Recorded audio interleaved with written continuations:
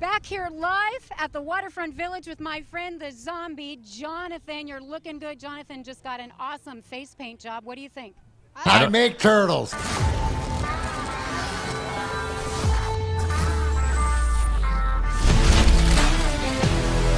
It's now time for Big D Energy with four-time Stanley Cup champ Darren McCarty and the golden voice of Neal Ruhl. Live on the Woodward Sports Network, 99.1 and 93.5 The Roar, the Woodward Sports app, and anywhere you listen to podcasts. Let's talk some sports. It's Big D Energy. Welcome back, everybody. Big D Energy, Woodward Sports Network. Neal Ruhl, D-Mac, Darren McCarty. We got Sam Flannel here in the house. He's on brand. He's on budget. We got Spencer Raxter in the building as well. He's got his Carmelo jersey on because, you know, Carmelo is a top 5 player in the history of the NBA, according to Spencer. That's essentially what you said, Spencer, and we're done talking about it. All right, so there you have that. Happy to have you all with us here today on the YouTube chat thread as I see Detroit Dabber 313 popping in first, as he does about, I'd say about 85, 90% of the time. You know what? He's been down a little bit. I'll give him a solid 70%. Okay. He knows that he's got to be on his game. Right? There's no free lunch. No free lunch around here. No, there's certainly not. You can get involved on social media as well. You see our social media handles on the screen on Twitter. Get in that way. However you want to get in, certainly feel free to do that. We're having a Detroit City Tuesday today. Antonie Hoppenot will join us in about 13 minutes or so here in studio at the Planet Fitness Studios in downtown Birmingham. Detroit City FC, big national televised game on Friday night. Against Birmingham, spin that into next week, playing an MLS team in the Columbus Crew down at Keyworth. Screw the Crew. Oh, it's going to be a zoo. Just wait. Just wait. That's all I got to say about that. We were downtown at WWE Raw last night. A good time was had by all. Some Cade Cunningham news. A lot of it. Pistons season reset, I guess you would. And I heard Adam Baydoun and Maddie talking on the Morning Woodward show. And this underbelly that's growing about Dwayne Casey and stuff like that. And look, D-Mac, you know my stance on it. I've talked about it. I think the fantasyization of sports culture has kind of run amok a little bit where people fall in love. I think sports fans like the transaction more than the actual games now, if that makes any sense. And it becomes in vogue to, you know, want a coach fired and stuff like that. The Pistons aren't there with Dwayne Casey yet, man. And that's I will draw a line in the sand with that one and say that to me that's blasphemous. To me it's more wait till you get the more talent around Cade in this way, and it's sort of like they're a year behind the Red Wings. Now, when you bring up the Red Wings and Jeff Bosch, I would even say 2, but go ahead. Okay, yeah, right. Well, we'll see after next year where this conversation, I think, could have some traction depending on how the team develops next year. But Dwayne Casey and everything else, I don't think he is the issue. I think it's surrounding Cade Cunningham with talent. It's finding out. Did we find out a little bit about everybody else, you know, especially later in the season, the Sadiq Bays, Killian Hayes, you know, what's the big thing is what are they going to do with Jeremy Grant? So when that's figured out, whether they're going to pay him and he's going to stay or they're going to trade him, that's the move to see what's going on next. But I think that Troy Weaver's happy with Dwayne Casey. Have you heard any rumblings like that other than the people? Like other than the fans? No. Ownership's so it's not even there. That clock hasn't even started on him yet because explain to me in basketball, right, a little bit differently, and you see more of a development type of Casey guy like sort of Coach Campy at Oakland University, right? Well, it's for me, D-Mac, it goes back to what we talked about. What did I say when this season started? When you and I sat down and we did like our season preview show and stuff like that, I said, guys, the record could look very, very similar and they could be a much better team. And so I'll ask when we get to that point of the show, I'll ask the people. I'll say, was the record similar? Yes. Is this a better team? I think unequivocally, yes. So I think both things are true in that respect. No, and that's what the thing is. So I'd be more concerned on waiting to see where the bingo ball fell and to see legitimately who is the one of 3 or 4 players that you're going to add to your roster and then see how that plays out. You know, what I've liked is they made a couple moves, changed up things a little bit when they got Marvin Bagley Jr. inside, and it sort of changed a little bit of the dynamic of the way the team plays, which tells me that, you know, Dwayne Casey is a good coach to be able to adjust to different things. It's just getting the players in there. So I think you're right, Neal, when you look at it from the 30,000-foot view, is that there's progress in this season, not only individually, but as a team. Yeah. You know, maybe not the leaps and bounds, maybe not looking at it, the development as much for a bunch of people like we've seen with the Red Wings, you know, like 4 or 5 developing. But that's the nature of the 2 games, though. There's 5 guys on the floor. You know, that's what I'm saying. But the development of the most important guy, right, Cade Cunningham, has been there. Right, we're going to talk about and that's it. That's all it is. That's all it is. It's all about Cade. So if Cade develops, then Dwayne Casey's the right guy for right now. Till you get once you get the 3 guys in, you know, the 3-headed beast that every championship team sort of has. Right, then you can reevaluate if he's the right guy for the job. And Chuck Brewer says that on our YouTube chat thread, says it's just a fan issue. Wait till the coach is actually coaching to win. Goal was personal team growth this year, not wins. And that's what it was. And guys, I'll back it up. In what I said about the Pistons and where they stand right now, they are the Red Wings, I would even say 3 years ago. And here's the number, D-Mac. Just about $38 million. That's the amount of cap space that Blake Griffin and DeAndre Jordan are taking up on the Pistons cap right now.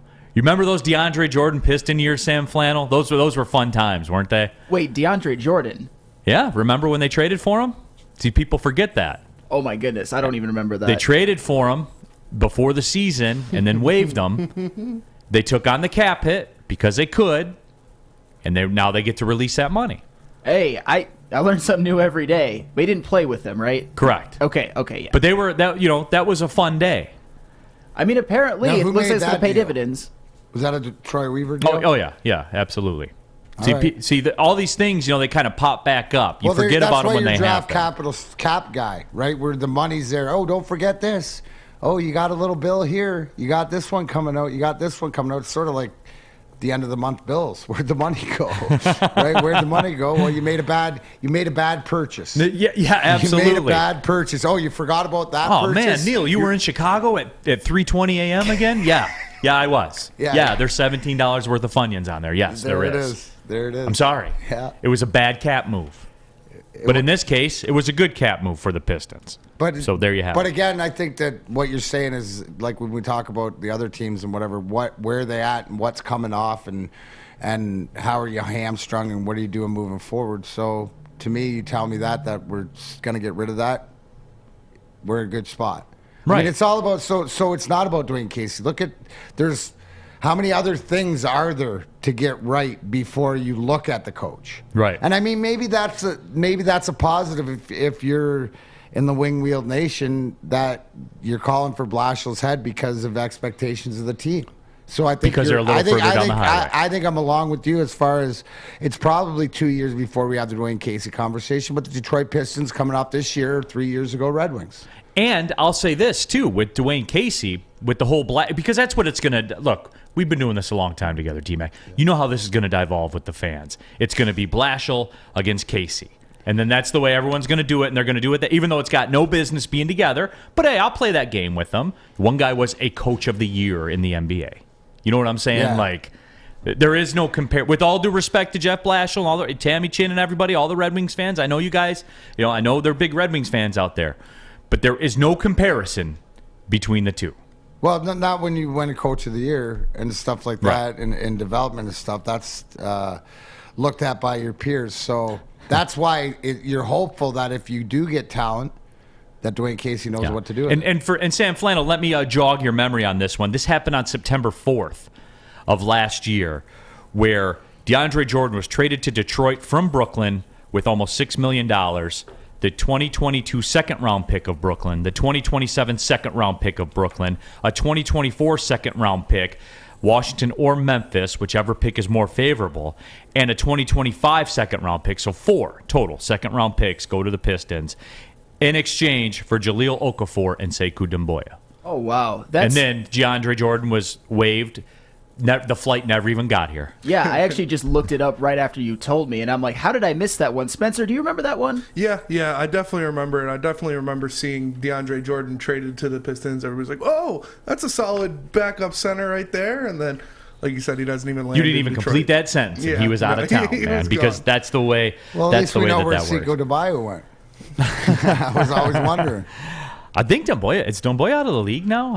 Last time I saw, I know Lakers. He or? was on the Lakers the last time I saw. I'm not sure where he is now. One step away. One step away. LeBron ruining careers again. Yeah, absolutely. MPW, I'm not ready to dump Casey. Wait until at least he has a competitive roster. And yeah, it's where with the Pistons, you get this pick in. Now next year, if you're sitting at next year, I'm not going to sit here and say, hey, the record could be the same, but the team could be better. No. Team must be better next year. And Bingo. and the way the NBA and it doesn't have to be play. Everyone wants these absolutes all the time. You know what? Here's the thing. If you do it the right way, should it be out of the question to think that maybe you can make the play-in game next year, for the playoffs or something like that with the way the Eastern Conference is? I mean, you never know. I think the big thing with the NBA is if you do it right and you build it right, then you have the stability that you can slowly but surely get there. And with the Pistons, sort of like the Wings, you expect them to make those steps each year, right? So, because I'm not going to sit here and accept another year like this with the Pistons, right? Because you looked at the season, you said this team can be better with the same record. Well, next year they better be better and a better record. That's fair. It's about progress, and that's fair because not only that, but let's go back to what Jeremy Grant said, whether he's here or not, the fact that they think about them all not being healthy at the same time and what would have been if they could have all played together. And we've seen spots of that late in the season, so that keeps me positive for next year and going into the draft, and we'll see what happens. Absolutely. That is the case. And remember, in just a couple minutes, we're going to be joined by Antonie Hoppenot from Detroit City FC. It's City Tuesday here on Big D Energy on the Woodward Sports Network. Don't look now, but Detroit City FC, as they sit right now, in 5th place in the Eastern Conference standings. Baby. They're getting it cooking. MLS side coming in. Guys. Nobody wants them. They play hard, especially home, and they play well on the road, too. And you'll get it. I got a couple questions for Antoine, but I mentioned it to you from watching the games, and they have to play. They play hard. They play together. It's more of that defensive game and not giving up those opportunities. But you noticed the competition's there, and the best part is, like I said, standing in the stands with the guard and listening to them go, man, this is awesome. Like the competition, and they're not afraid to lose. Right, they just see that. But they're not losing. Really weird. But they're not. But that's the whole thing. You see it with the guys on the field and stuff like this too, on the pitch. Yeah, and we're gonna. And if you guys have any questions for Antoine, he's a sport. He'll answer them. Fire them away in our YouTube chat thread. I'll ask those to him. Ivy League educated, cool hair. He's got the total package. And they're going down to the Tigers game today. So I have a Detroit Tigers question for him as well. It's going to be fun, man. Antoine's good people. We'll be chopping it up about Detroit City FC coming up in just a couple of minutes. But yeah, we're going to do that. Don't worry, we'll recap D-Mac sitting ringside at Monday Night Raw last night. I was up in the suite. It was very on brand for both of us. It was. It was. Had to make sure you, like I told you, I had to make sure that your Gypsy vodka was within reach. It was very accessible, and it was very much appreciated. We did have a good time. But before we do all that, let me tell you about the Sports Marketing Agency. They've been leveraging pro athletes and other notables for a decade against the issues around mental health and substance use disorder. With the help of NFL alumni Sean Jordan has been able to save lives and take a stand against these issues. Go to woodwardsports.com and check out their podcast. It's titled This is the F Word. It's a series on fentanyl, a big-time problem in our community that's only growing more and more. We don't like to talk about it, I know, but that doesn't mean it's not out there, folks. We can get educated on these issues, even if they don't affect us, but chances are they affect somebody at least that we know. And if you're struggling or somebody you know is struggling with substance abuse or mental health, they are here to help. Go to thesportsma.com. Again, that's thesportsma.com. It's a sports marketing agency. At Wing Snub, staying humble's not our forte. We just have better wings. We're back at it again with our crispy golden brown fries and our famous boneless wings. Juicy, tender, hormone-free chicken. Your favorite signature sauces with no bone. Just when you thought Wing Snob couldn't get any better. Order online at wingsnob.com today. Wing Snob. We just have better wings. The official sticker partner of Woodward Sports. When it comes to stickers and signage, think Sticker Genius. We support this local Detroit business, and we are excited to show you our latest project, the Planet Fitness Studio from Sticker Genius. If you need custom stickers, wall graphics, window graphics, and plenty more, reach out to our friends at Sticker Genius. We at Woodward Sports couldn't be any happier with the service they provided us. They were quick, easy to deal with, and super professional. Head to stickergenius.com today. Back at it here, Big D Energy, Woodward Sports Network. Neal Ruhl, D-Mac, Darren McCarty, the 4-time Stanley Cup champion in the building. We got Sam Flannel, we got Spencer Raxter here. And as we talked about, it is a City Tuesday edition of Big D Energy. D-Mac's all fired up. We got our guy Antonie Hoppenot here in studio of Detroit City FC. And Antoine, look, man, I'm not going to say it's because of me. I'm not going to say that. I'm not going to say it's because of Big D Energy. I'm not going to say that. But you scored again this past Saturday in Atlanta. And a 4-0, in my estimation, a domination of Atlanta United 2. That first 45 minutes in particular, Antoine, is that the best 45-minute stretch that Detroit City has played in USL Championship? It's a good question. I think we were actually a little upset with ourselves in that first half because I think we really should have ended the game earlier than we did. I think we got a lot of chances that we missed early on, and honestly, Trevor came in at halftime, kind of got into us a little bit because I think he thought we should have done better, and the game really should have been over. And then going into the second half, we actually put our foot off the pedal a little bit and gave them a little bit of energy where, you know, if they score a goal early in that second half. Now I won't disagree. I won't disagree with that watching the match, Antoine. I did think that too, but I mean, the possession, and it was a road match too, man. Like, it was a road match. Just the possession that you guys had, it was dominant, I thought. But hey, I'm just a media guy. You know, you forgot more today than I'll ever know, and I only watched the ball. So, you know, that's why I was curious to ask that. Yeah, no, I mean, obviously we're really happy with it, and obviously getting goals from a lot of different areas is really important for us. You know, Pato getting a goal, Steve getting a goal. It's really important for us, for a lot of guys to score, you know, for confidence-wise and all that stuff. But it's, you know, we watch it and we go back and we really look at it critically just because we need to improve. You look at what that tells me right there is this conversation, and even from Trevor and from you guys yourself, is your expectations and your self-awareness of who you are. Like, everybody else might be thinking, oh, here's the new kid on the block. Oh, these guys, they play in this stadium down here. They don't have the facilities, stuff like this. But you guys take a lot of pride in that, and the fact that you're not just here to show up. You're here to show out. And I think that you're taking a lot of, just by every game, it's you know, the ball control is that you guys know who you are, but that's to go on the road, to put up a 4 spot, right? That's something that you should be proud of, and to grow on that. I think that, how does that, because you've been around. So where's the team at, I guess, in your mind right now as far as development or maturity as the season's gone on? I know it's early. There's a lot of games left. But is this something that has exceeded your expectations so far, or is it right where you thought you guys could be?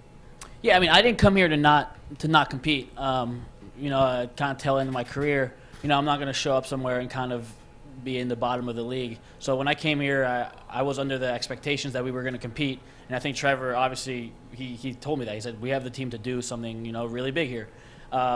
So my expectations were high, and honestly, they've been exceeded by the players. And now we're going into a stretch of games now that are super important. We play a Birmingham team who's supposedly top of the league. They, you know, you look at all the percentage of playoff percentages and stuff. They're supposed to be at the top. They haven't done so well so far, but they're a good team. And then we play Columbus on Tuesday, which is an MLS team. So that's going to put us in a situation where we're competing against the best in the U.S. And if we're able to do something, you know, kind of special on Tuesday, then we're really putting ourselves in a situation where we can really, really show out. And what about that, Antoine? Because look, and we have some fan questions that we'll get to. I know you're down for whatever all the time, man. But Antoine Hoppenot joining us here. It is City Tuesday on Big D Energy on the Woodward Sports Network. And I'll just put this out there to you. You take it whichever way you want to take it. In that, yes, Birmingham is coming into town on Friday, and yes, ESPN Deportes on national television, network television here in Detroit. Spin that around Tuesday. Columbus Crew, the MLS, and U.S. Open Cup. Boom, you're right back at it the following weekend as well, back in USL play. 3 matches in 7 days, man. Like, it's a meat grinder right now. And with you guys, with the way everything is set up right now, to drop you guys into that scenario where, and let's be real about, and I know all eyes are on Friday night. I understand that. But Tuesday is big for more than soccer in this town, with this organization, with this club. It hits different. As my 12-year-old son would tell me, Dad, this one's hitting different. It is. All these matches, though, Antoine, it is a meat grinder. And you guys, again, you have to raise your level of play again. How many times can you do that? How many times can you answer the bell? Well, I mean, the idea is you answer the bell every time, obviously. You raise your level every game. You try to get better. It doesn't always work out that way, and I think in every season, every team I've ever been on, there's a moment where you get punched in the mouth, and you have to get back up, and it's really up to the team and up to the guys on the team to kind of just take that on the chin and be like, all right, like that happened. Now, it doesn't matter anymore. We just need to learn from it and move on. It's all about being able to get back up, honestly. Hopefully that doesn't happen anytime soon, and the guys, we keep going, we keep winning games, and obviously you talk about the Tuesday game. That's a big one. If we're able to win that game, then it creates a little bit more buzz in terms of DCFC in the city and even in the nation. In the nation, because now you're moving on. You're beating MLS teams, and we're probably playing another MLS team afterwards, and it creates a little bit of a story. Yeah, I mean, D-Mac, I know that knowing you and everything like that, it's not league play. But the storylines and everything that goes along. And I'm not poo-pooing Friday night. I'm not, man. But I'm just saying. No, I think what you said is there's a true leader and a veteran right there, right? Where Antoine says, obviously, he's been through this rodeo before, but obviously, going into Birmingham, it tells me right there is that they're prepared for the Birmingham game because Birmingham hasn't played to their expectations, and they know they got something going good. But they also know that Christmas is coming or something, that they can do something big. And it's not just about the team. It's about the guys on the field and the people in the stands, and the whole DCFC is one big team, right? So this is for everybody, whether it's for guys that are on the field to show, a higher league, that they're capable, of playing at a higher league, or it's just to show the love for the fans. And this is something that Antoine said, because he knows, right? When you're coming up or when you're trying to make a mark, right? You gotta take these opportunities to at least, and it's not about the winning or losing. It's about going out there and competing and showing them how hard they play. Now, you mentioned it, why there's success and stuff like this. It's the ball control, the fact that they take the pride in control and the tempo. I mean, a lot of times, even at the last game that I was at, is you see there's different runs, and I've seen Antoine, man, down the field a couple times, and I love the fact that like you see how engaged from our interview the first time about you're totally into that game with everything else as far as barking at guys. You don't have to wonder what Antoine's out there thinking. No, you never do. But it's also too in that way where it's like, come on, guys, we're better than this and stuff like this, and he doesn't do it. You can see it. It does it out of leadership, and even in the game, I'll give you an example. Right? Because you look at the way DCFC's played. They've come back. They've tied games. They've put it out of reach, right? They're not supposed to do that in the eyes of everybody else because they're the new kid on the block. But they don't look at it that way. So going into Tuesday, like you said, it's bigger than everything else. But these guys, the moment isn't too big for them. That's the one thing. And that's where the leadership from the coach, from Antoine, from their veteran guys, from Nate and Net, right? To me, when I watch that team, the 3 guys that we've had on this, and then the Maxie, the captain too. But you look at Nate, you look at Maxey, and then you look at Antoine, and you 1, 2, 3 from the net to the middle to the forward. Yeah. Right.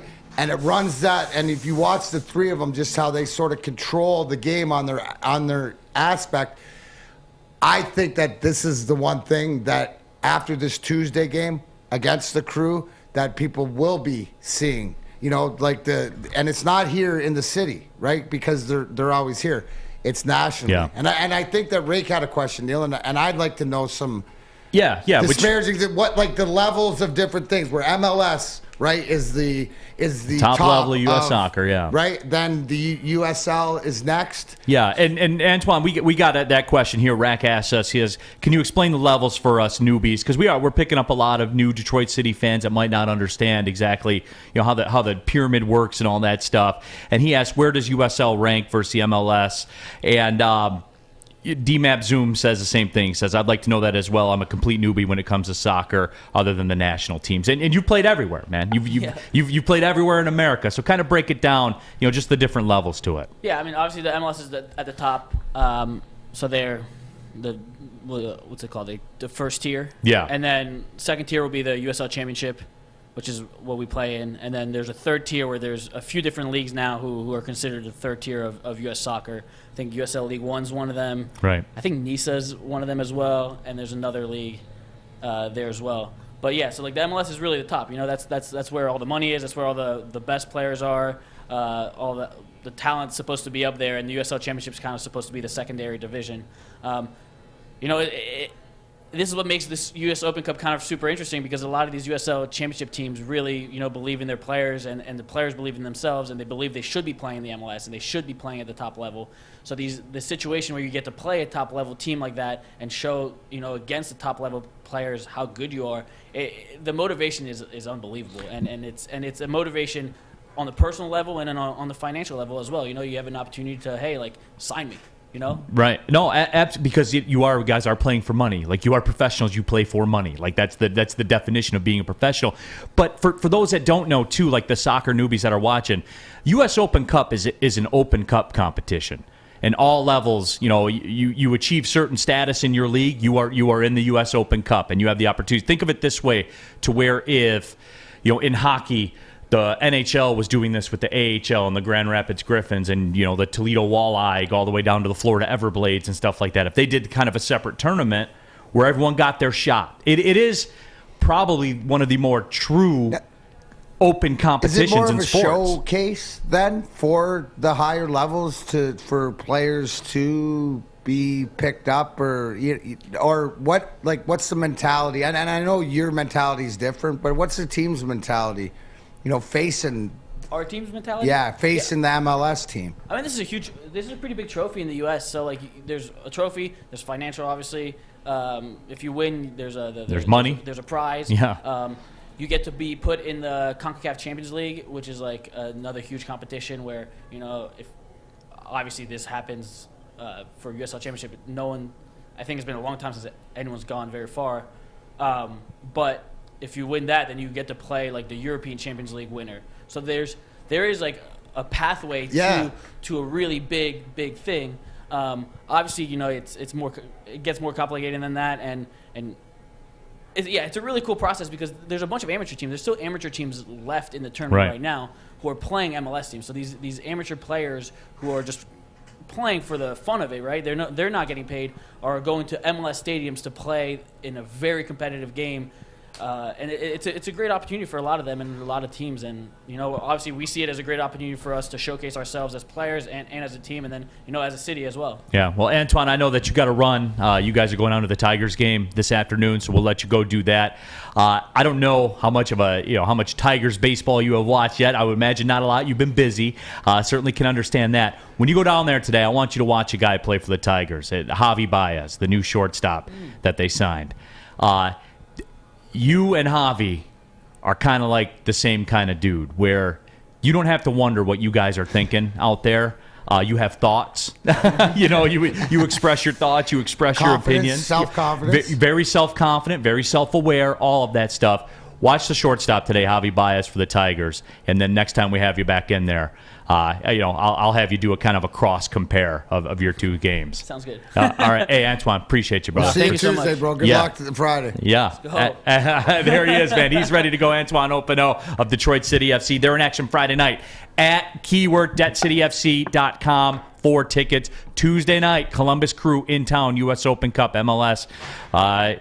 Signing up for something maybe they don't know everything about, but they're going to see, as Drake would say. They are going to see, no doubt about that. We're going to see. There is no question. If you want to see who's the best in the sports betting world, go to MyBookie. The best way to place your bets is at mybookie.com. Go there today. Enter the promo code Woodward. They'll give you some free money. That's right. Just for signing up, they will give you some free bets for entering Woodward when you sign up for your account at MyBookie. You can also bet on anything from wrestling to soccer. I'm just saying, USL is out there, everybody. It is. That's just the reality of the situation. All major sports are represented on there. In-game betting, all of it. Whatever you want to do, you can do at mybookie.ag. Bet on anything, anytime, anywhere with MyBookie. Have a problem with gambling? Call the Michigan Problem Gambling Helpline, 1-800-270-7117. Life is full of hard choices. We're here to make one of life's biggest decisions as simple as possible. My name is Christina Gennari, and for over 20 years, I've helped hundreds of families buy and sell homes. We cover all of Metro Detroit and more, from large luxury homes to starter homes. We will work hard to make sure that you get the home of your dreams. So if you're in the market today or even thinking about buying or selling in the future, make the obvious choice. Fellas, let's be honest. We like things to be easy. We like simple stuff, like sports 7 days a week. We like things uncomplicated, like Lady Jane's Haircuts for Men. Open 10 to 8, 7 days a week. Walk in anytime. Sign in, sit down, watch your favorite team play, and before you know it, your hair will be game ready. Open 10 to 8, 7 days a week. Walk in anytime. Lady Jane's Haircuts for Men. It's wicked awesome. Make sure you download the Woodward Sports app in the App Store and the Google Play Store today. Take Woodward Sports with you wherever you go and listen live on your phone or mobile device.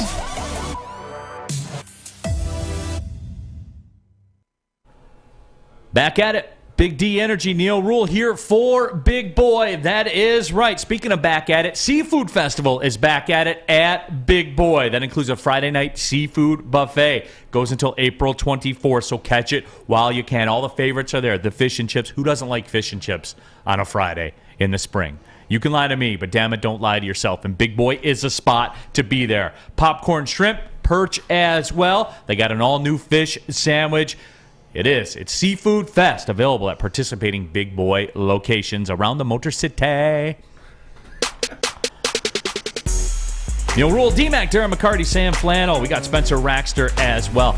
I'll tell you what, D-Mac, time never flies the way that it flies when you're talking to Antoine Hoppenot for some reason, man. Dude, I love it. Yeah. He's everything that, like, he is a star.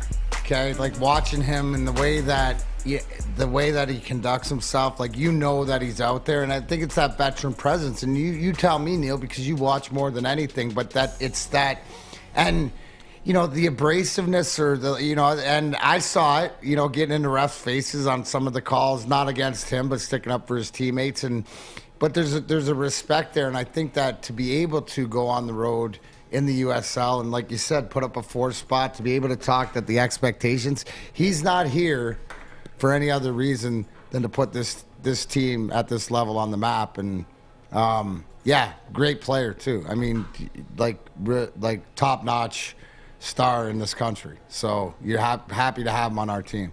No, but I love your Javi Baez comparison. It is, I think man. the first thing you got to say is, what about the shoes? That's where I think that is the fashion or the swag, because those two both. That's a great comparison. I'd love to hear next time we talked, or you talk to Antoine, to see what he thought. Yeah, absolutely. But I did want to talk about WWE Raw was in town last night, and you know D-Mac was going to be ringside because that's the way that D-Mac operates. So he was down there. I was there, not amongst the people. I was in the suite, Spencer. Yeah, I got it for you right here. Oh yeah. So there you go. I had eyes on D-Mac though. He's got the black sweatshirt on, pretty much in the middle, sitting right behind the TV announcers right there. The black sweatshirt, the Austin 316 sweatshirt he had on. So he was down there in amongst the people. I I was in the Blue Cross Blue Shield suites. Upper management. You're the suite. You had the 30,000-foot view. But that's I had to make sure that the washroom was close to you. Because there's cocktails flowing. Well, yeah, it was, you have your own kitchen area, your own bathroom, and all that kind of. It was very on brand for both of us. Very on brand. Yeah, it was. It was a good time down there though as well. They put on a very good show. Did you have that picture that I took with the King Lawler? And here's a shout out because I love this because not only was I in attendance, but sitting in front of me was the 3-point god of Detroit, Sadiq Bey. Yeah, there it is. And then also too. Shout out to whoever had the Roman Fears McCarty sign. That was pretty cool when they did all the signs and stuff like that. So it was packed. Everybody had a great time. Thought it was a good show.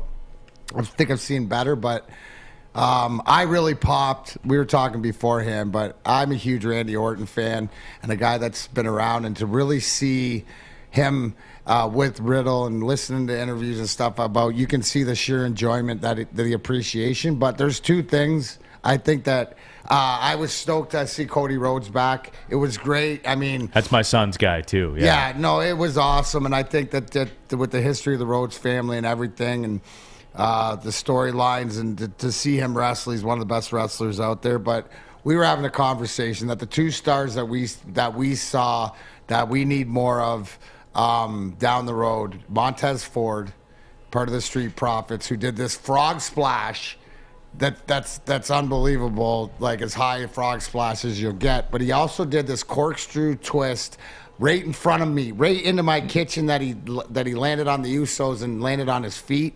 It's unbelievable. From the top rope down to the floor. Riddle and Orton popped for that move, and they turned around. They went, "Come on, man, that was awesome!" And we were like all like cheering and stuff like this. But Matt Riddle and Montez Ford, I think those two guys are the future. Stars. Now, what about that, D-Mac? Here's a geeky wrestling question for you. This is more marketing based, though. Has it because it has in the ring, but I don't think it has as far as the stars go yet, where that full-on athleticism, flying through the air and all that kind of stuff, has always kind of played, assistant captain to the captain of the Roman Reigns, the John, the thick, the thick dudes. So that's the WWE machine, right? And you look at the new star, right, with Braun Breaker coming from NXT, but that's the Vince sort of guy. You're this muscle guy, whatever, like this. And seeing Riddle getting bigger and stuff like that. But there is always a spot for those uber talented guys, especially when they face each other.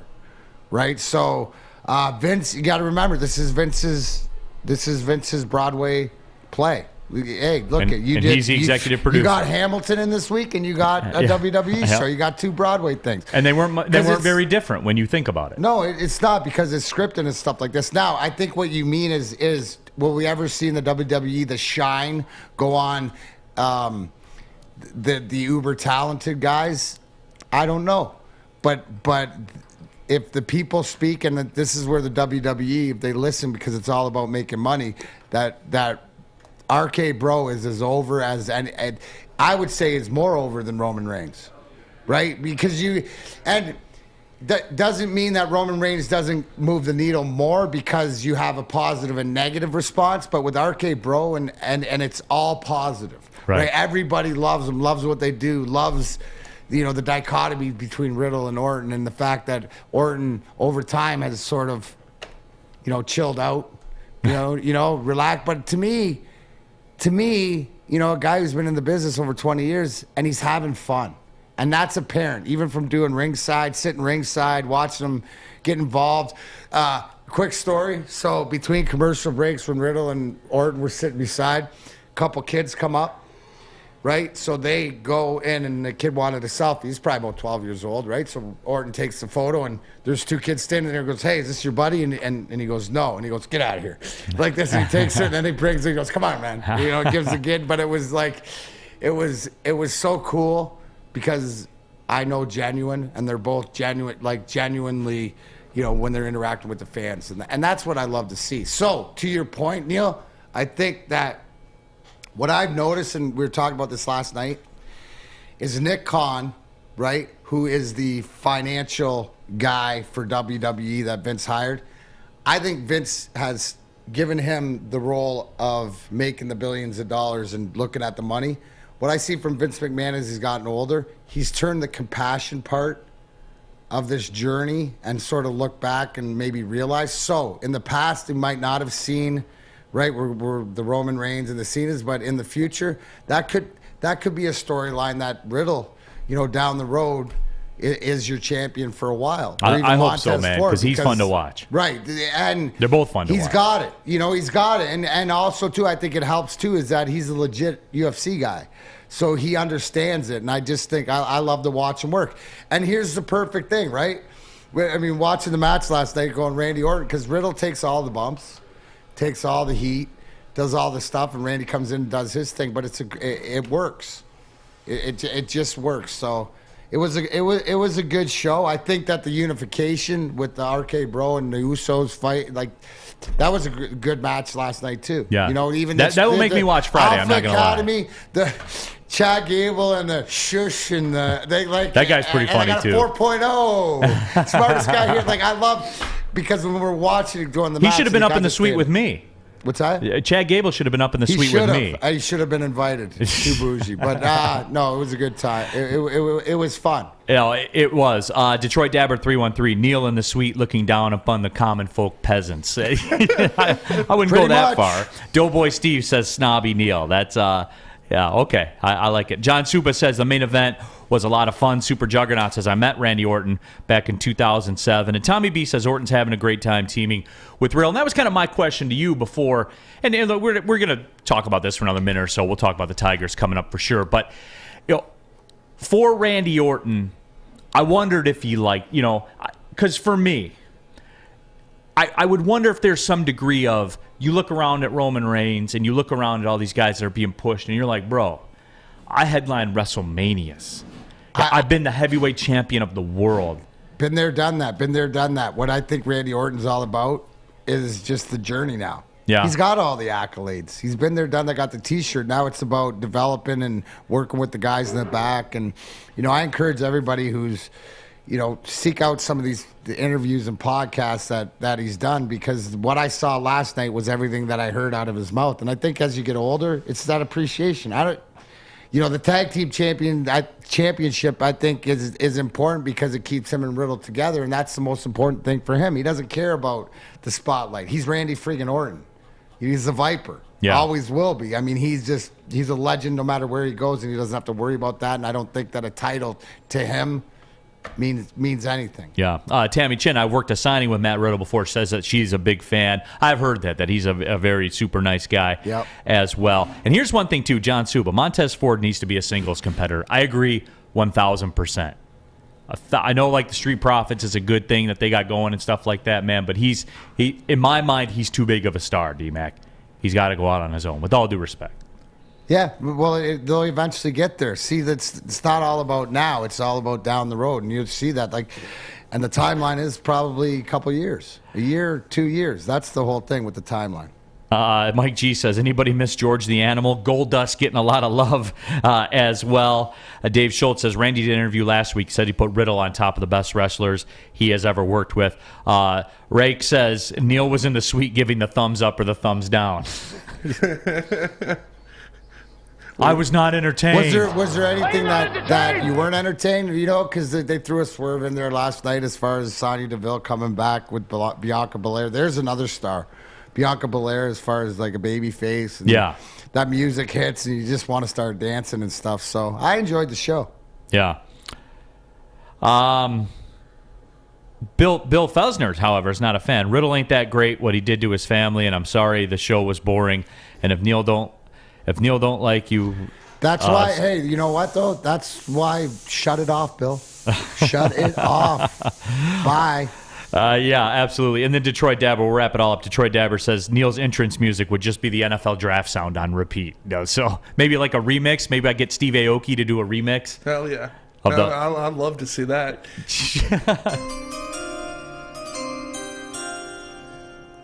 There it is, just like Neal that. the We Rule could Breaker. definitely do that. Neal Ruhl here for Planet Fitness, home of the judgment-free zone, where you can work out in a non-intimidating, judgment-free atmosphere.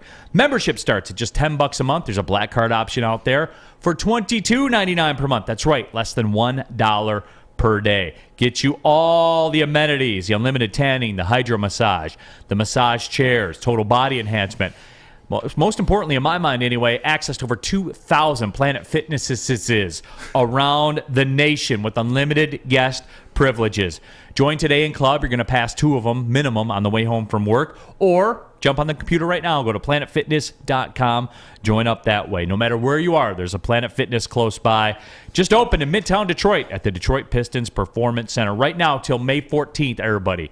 $0 down. $10 a month. That gets you access to your home club. There's no reason not to do it, guys. I mean, come on. You've been talking about doing it for a while. Let's get the engines fired up here, guys. Let's do it. Planet Fitness. Where your fitness, D-Mac.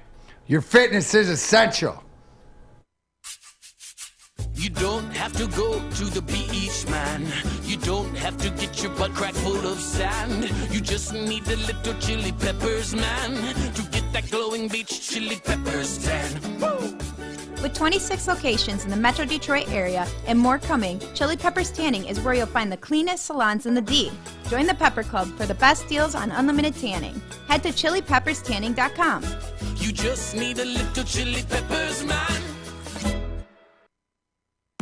6 dark corners, a driveway and a patio, 5 windows that could become doors. Every house has unique security challenges. Guardian Alarm has more tech, more team, and more ways to help keep them all safe. Get a professionally designed and installed security and smart home system from Guardian Alarm. Sign up today and get a free video device. Guardian Alarm. Smart, right from the start. Call 1-800-STAY-OUT. Neal Ruhl here for Chili Peppers Tanning. They got the cleanest salons in the D. Spotless, sanitized rooms. Trained and certified tanning professionals. Join the Pepper Club. Get all the best deals. They sell the Australian Gold, Designer Skin, Cal Tan, and of course Spencer's favorite, the Swedish Beauty Lotions. Oh, yeah. ChiliPeppersTanning.com. That's the website. Find out which one of their 26 locations you want to swing by. There's more on the way as well. They got the hottest deals, the darkest hands. They are your vitamin D headquarters, the official tanning spot of Spencer Raxter. Oh, yeah. That bit's grown. That popped you, huh? Yes. To whoever said it, Neal would bring back the Ted DiBiase, and his finisher, I love it, Mike, would be like a DDT or a bulldog or something, and then you'd pick the guy's pocket and berate him for what wasn't in his wallet. There is not one gold card in this wallet. Just empty in the wallet. What is this? Actual keys to start a car? Oh, man. I bet you can't even start this car with an app on your phone. Hit the music. There it is. And just throw it on the. And I never pin. I just walk out and get counted out every match. Yeah, that'd be beautiful. Because I'm disgusted. Yeah, and then you put the gold coins in the eyes. Like, that's funny. That'd be a great bit, though. I never win a match because I'm too disgusted by the person I'm wrestling. Yeah. I just leave and get counted out. How great of a bit is that, for real? Dude, that's awesome. I would be the most popular wrestler to never win a match ever. I think dig about it. that, guys. I'm being for real. Like, I'm feeling a kind of way about this gimmick right here. I never win a match because I'm too disgusted by the person I'm wrestling. And then it just cuts to you in the speed checkout line with 30 items, and you're just disgusted the whole time thinking about I can't take anyone around me. They're taking too long. Yeah. Oh yeah. Hey, that sounds like great TV right there. We might have to contact Vince on that. And tell like him WrestleMania, I would beat Roman Reigns, but not pin him. No, because yeah. I'm disgusted that he has last year's Mercedes. Yeah. And I just leave the ring. That would be beautiful. Oh, you don't have the Amex Platinum card? You only have the gold card? I'm not doing this anymore, and I leave. My time is too valuable. You don't have multiple furnaces in your home? Yeah, only one furnace and one chimney? How dare you? Doughboy Steve says, you could toss Wing Snob wings into their eyes with the jerk sauce. Okay. Dude, it's sponsored by Gypsy Vodka and Wing Snob. There it is. Oh, that's too funny. There's something there, though.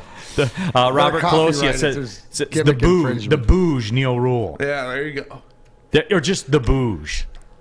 I think this would work. Gable Stevenson would be my tag team partner to get me started, to get me initiated in it. But then I would even be too disgusted to work with him. Well, he works too hard. Yeah. And then we break apart, and then I beat him, and then I go on and start my championship run. But I never win. Yeah, but you're so close. It's you and Sami Zayn. A conspiracy theorist. You and Sami Zayn could be a good tag team with all the stuff you can come in with, the disgust you'd have for everybody. And for everybody. Just everybody. You can't do this. I mean, you can't until everybody has their Mercedes-Benz up to date, that has their Visa black card or the American Express black card. You know what I'm saying? The private jet. I love that whoever said that line beat them up for what's not in their wallet. Man, it hasn't been done yet. Don't worry, I'm making notes here. The two furnace burner would be the finisher for Detroit Tamper. War by Vandal. You'd be the Peter McNeely of the WWE. But I would be good though. Like that's the dichotomy. I think that's why it would work. Well, your character would be phenomenal.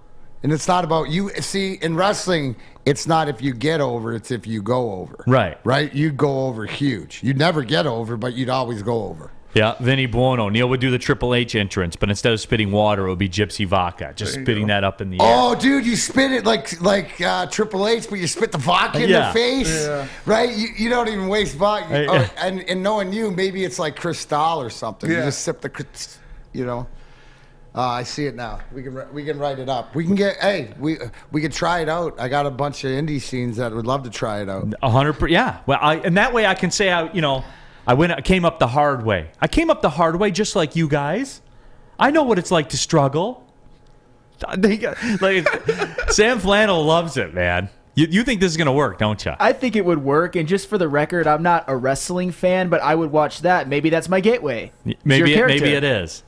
Nick Burke, walk out of the ring for a cream of wheat ad. I could do cream of wheat commercials. Dude, cream of wheat. Oh, that's it. That's it. That's your one thing, right? Is that, you stick it up for cream of wheat. Yeah. You can be your bougie as hell, but you don't dog cream of wheat. There aren't many breakfasts good enough for me, but the one is cream of wheat.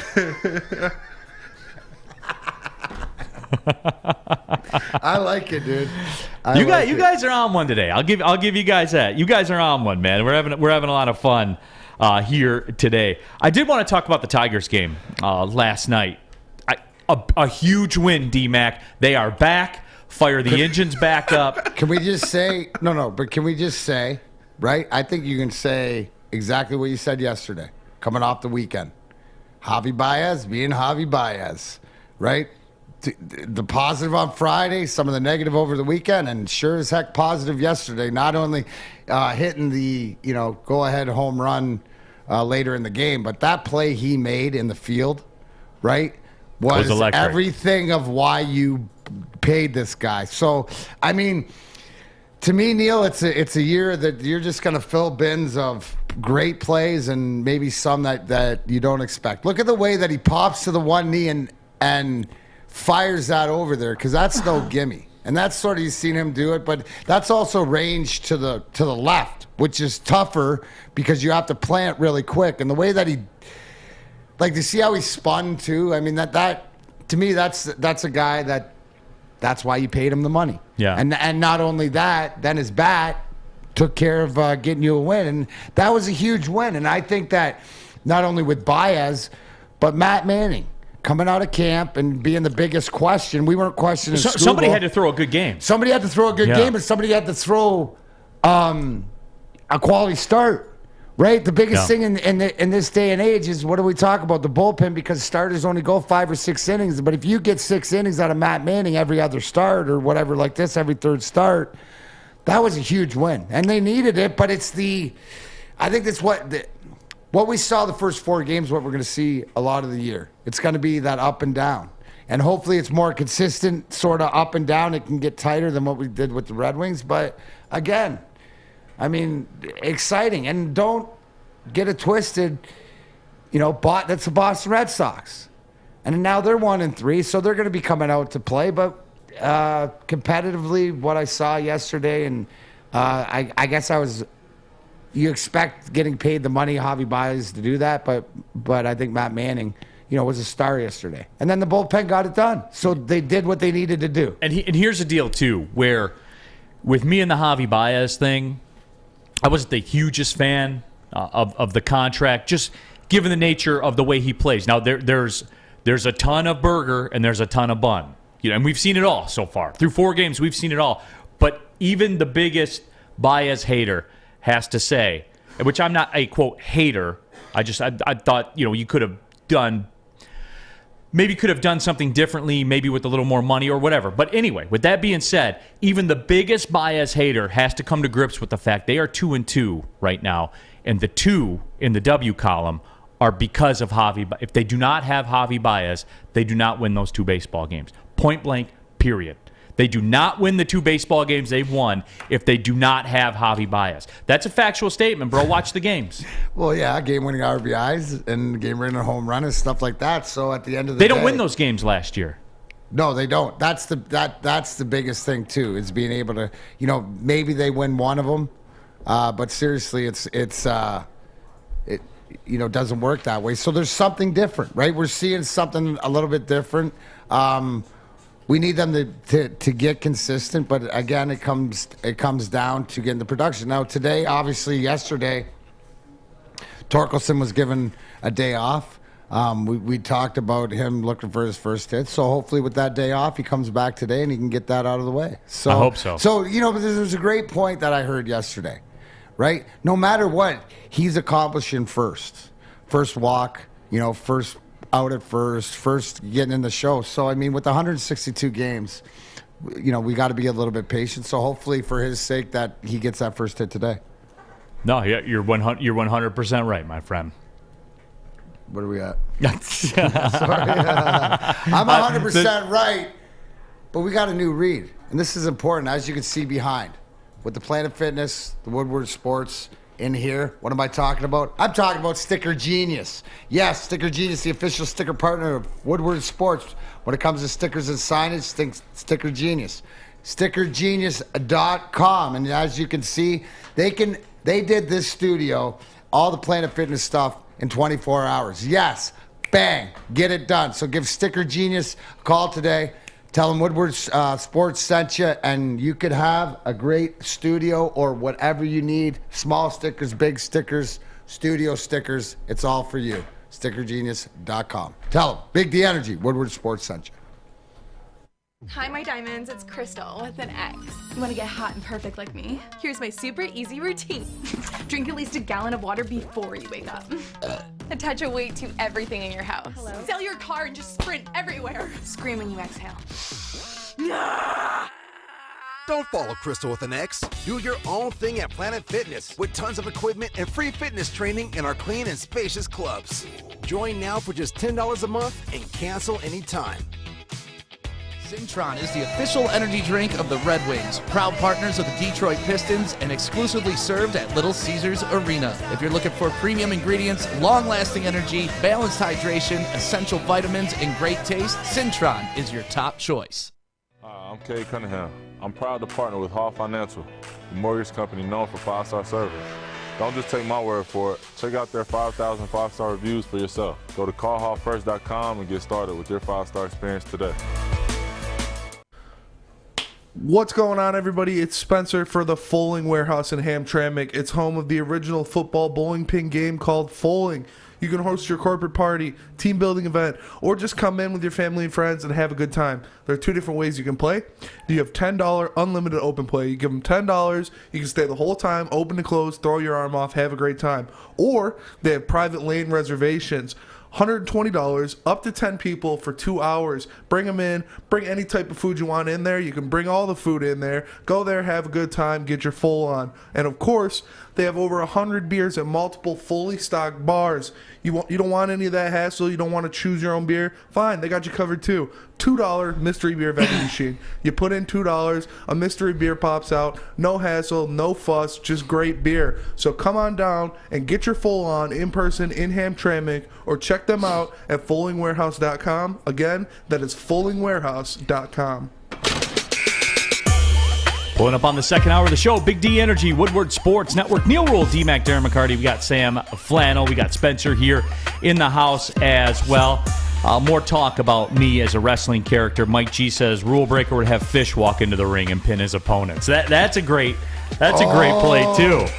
Dude. Yeah. Big Play Jay says instead of parts unknown, Neal would be from a place you can't afford. I haven't heard that one. Yeah. I haven't heard anybody introduced like that before. You got it. You guys are on it, man. They are on it here today. That's awesome. 9 Drink says, my eyes are burning thinking of Neal in a Speedo. What do you mean? I'll come in and give him the, yeah, there we go. Yeah. Oh, yeah. We'll give it to him, no doubt. It would be a lot of fun. Good times. Good times. Neal, we did win games like last night last year. It's part of the reason Javi Baez is here this year. No, and I do understand that, but you weren't winning these games. These 2 games they won, if Javi Baez wasn't at the shortstop position, you don't win them. Because the facts are he had the game-winning RBIs, and he came through with the clutch hits, and his name's Javi Baez, so you can't put it there, too. And he hit balls. How much production did you get out of the shortstop position last year in situations like that? So, yeah, and he hit balls that there is very few people on the roster that are capable of. I would contend there's nobody that can go get that fastball the way that he got it upstairs yesterday when he hit that home run. I read one of the analytics on that.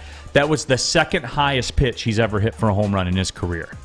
Like, think about that. Well, you know, that's the pros and cons of him being a free swinger. Now the same thing. You're going to have to accept that he's going to hit that ball now and then for a home run, but he's also going to take it for a strikeout too, right? That's the give and take. That's Javi being Javi. I think that's the saying 4 games in that I think I'll say the most this year walking in. Javi being Javi. You know, and there's going to be some bad to it, but I believe there'll be more good than bad. Naki23, Javi Baez is a future first ballot Hall of Famer if you compare him to Ozzie Smith. And don't get me started on the Ozzie Smith Hall of Fame stuff, because for years when I talked about Alan Trammell, that was my go-to as well. And look, I didn't set the bar. That's just the people that are in there. So they're already in there. And you know what, Naki, I don't disagree with you. And it'll be interesting to see how the Hall of Fame stuff progresses in the game of baseball, because I'm trying to think of the right way to put this. The game has evolved. The game has changed. And the value system of baseball now is far different than what it was before. No one gives a damn about a stolen base anymore. All you're doing is risking the chance at hitting a home run. No one cares about a bunt, because all you're doing is risking losing the chance of hitting a home run. That's the way baseball is, and analytics has worked itself out to that's the best reward, that's the best investment of your time and of your money. And it'll be interesting to see as the previous generation gets older and as baseball evolves, how that changes with Hall of Fame voting and stuff like that. Because you are going to see some guys like the Javi Baez's of the world. You are going to see guys with massive strikeout totals. Massive strikeout totals that are just going to be, when you look at that number on the screen, when you're looking at people's stats, you're going to be like, damn, that guy struck out a lot. But when you start breaking down the metrics, it's for a reason. But it's a new game, right? The new game is that you take the long ball and the strikeouts and whatever else, and he's gonna produce. Now he's gonna have guys on third with 1 out or none out and not be able to drive them in. You're gonna have to accept the pros and the cons. But you know what, Neal, he has the ability to do what he's done in the 2 wins. be the factor with the game-winning RBI, whether it's a shot off the wall to right or a home run to left. Yeah. He's got that power. So and here's the thing. And that power's different, Here's the bro. thing, right? Working with what he's working with, being the age he's been, being what he's seen, are we not saying that he can still get better? He can still improve. Maybe his eye gets better. Maybe he cuts down on those strikeouts and puts more balls in play. I don't know. I think, a lot of it is confidence. So the one thing you like about Javi Baez is he's got a short memory, right? Because Friday, coming back and then doing a couple things on the weekend, I'm sure that if you asked him, he wasn't happy about, and then coming back and doing, so how do you make up for it? The next game. Let's, you can't change the past. Let's do it now. So that's exactly what he's done. And I think that the Tigers, they haven't had that swag guy like that before who's been good, that can sort of bring the swag, because that helps Miggy's swag. Miggy's not like the swag guy, but Miggy's the quiet king. But he'll go with it, right? And you get him, and like I said, it's all working out. It'll be interesting, but again, it's a long season. So, but after 4 games, right, playing the White Sox and Boston, and you're 500. Cool. Who wouldn't have took it? Right. Now you have a legit chance to sweep Boston this series, but to win a series against Boston. That's what I was going to say, though, about Javi is the swag that he brings into the game. I just love it so much. Like, the walk after the home run, I could watch that on a loop for an hour. It's just so sweet. I like it, too, man. It's him. And the people right? don't It's hate him, it. and I think in Detroit, we'll embrace that. Yeah. We'll embrace that because of the apple. Well, because as long as they're winning. As long as they're winning. No, right now, right, we're not when you're winning, but it's the effort plays. Right, it's as much that shortstop play as it is hitting the home run. The home run's as important, but the fact that he will go all out, and the fact that he is the most talented guy there that we've had in a while, right? That's the one thing. So that's the excitement, and I think that as he goes and as his confidence, if he plays well, just like in Chicago when he was in the Cubs, that swag carries through the team on the field even more. I like the swag. No, I do too. There's no doubt. Mike says Spencer, the heavyweights, could cover Rule Breaker in his debut with D-Mac as his manager, maybe in Las Vegas. Snooty Neal mocks the guest poolside for not having bottle service and a cabana. See, this could be like promo gold. Oh, man. yeah. Well, that's all it is. Like, hey, you know what? It would make sense. The Woodward Heavyweights, greatest tag team to never get in the ring. Yeah. So, I mean, why wouldn't you be their manager? I mean, I would and just cut promos. Yep. Right? Challenging guys and telling everybody, I mean, start with Paul Heyman, or start with Roman, or start with whoever you want. I'll give you different guys to do. I think that would be hilarious. Lots of talk about Adam Baydoun and me as a tag team. Certainly that could work as well. Oh, that's fire and ice. Yeah. that's compatible. I'm not managing you guys. No, but again, though, talking Detroit Tigers, and look, it's not a season saver, although they are back now. They're 500. Here we are, tied for the wild card spot as well. Yeah. I mean, hey. Right, it's all on the line. Huge game this afternoon. Yeah. Huge game. What do you got? Season-defining. What do you got, Sam Flannel? The problem with Javi Baez, and a concern of mine that I don't think anyone is talking about enough, is not that he strikes out a lot. He does not walk ever. I'm worried about the time where he swings at a 3-1 pitch out of the zone and misses or pops it up. That's going to be a lot. It's going to be a lot, and you got to take the good with the bad. And you wouldn't believe it if I told you what his career on base percentage is. 390. Oh, way less. Not even close. Yeah. Sorry, D-Mick. 307. Yeah. That's really bad. And I'm not saying that Javier Baez isn't good, for great defense, power hitting, just being electric and having that swag. Although I don't care about that as much as Spencer does. You take the good with the bad. If you got the defense, where you pick up the range there, you have the power, and you're able to do it at different times. I think that the one thing that I see in the chat thread, right, even more so, how about Austin Meadows? How about that pickup? Sure. I mean, just the consistency of the ball player. I think that he's been the one guy that's been hitting the ball. You know what? Yeah. It shows me, right? Whereas he was one of the guys when he got traded or we didn't hear about, you had to sort of look and you say, oh, I think I know that guy. I've heard that name or whatever. he's the quiet pro, right? Defensively, offensively, a guy, and if he can get on base, there's a guy that walks. There's a guy who's proven. So to me, being that left-handed bat, that to me, as it's brought up in the chat, has been a huge integral part of this new team. You know, Baez will be the flash, but Meadows is sort of that stoic, stalwart, you know, everyday guy that if you get this production out of an on-base percentage and defense, it's good.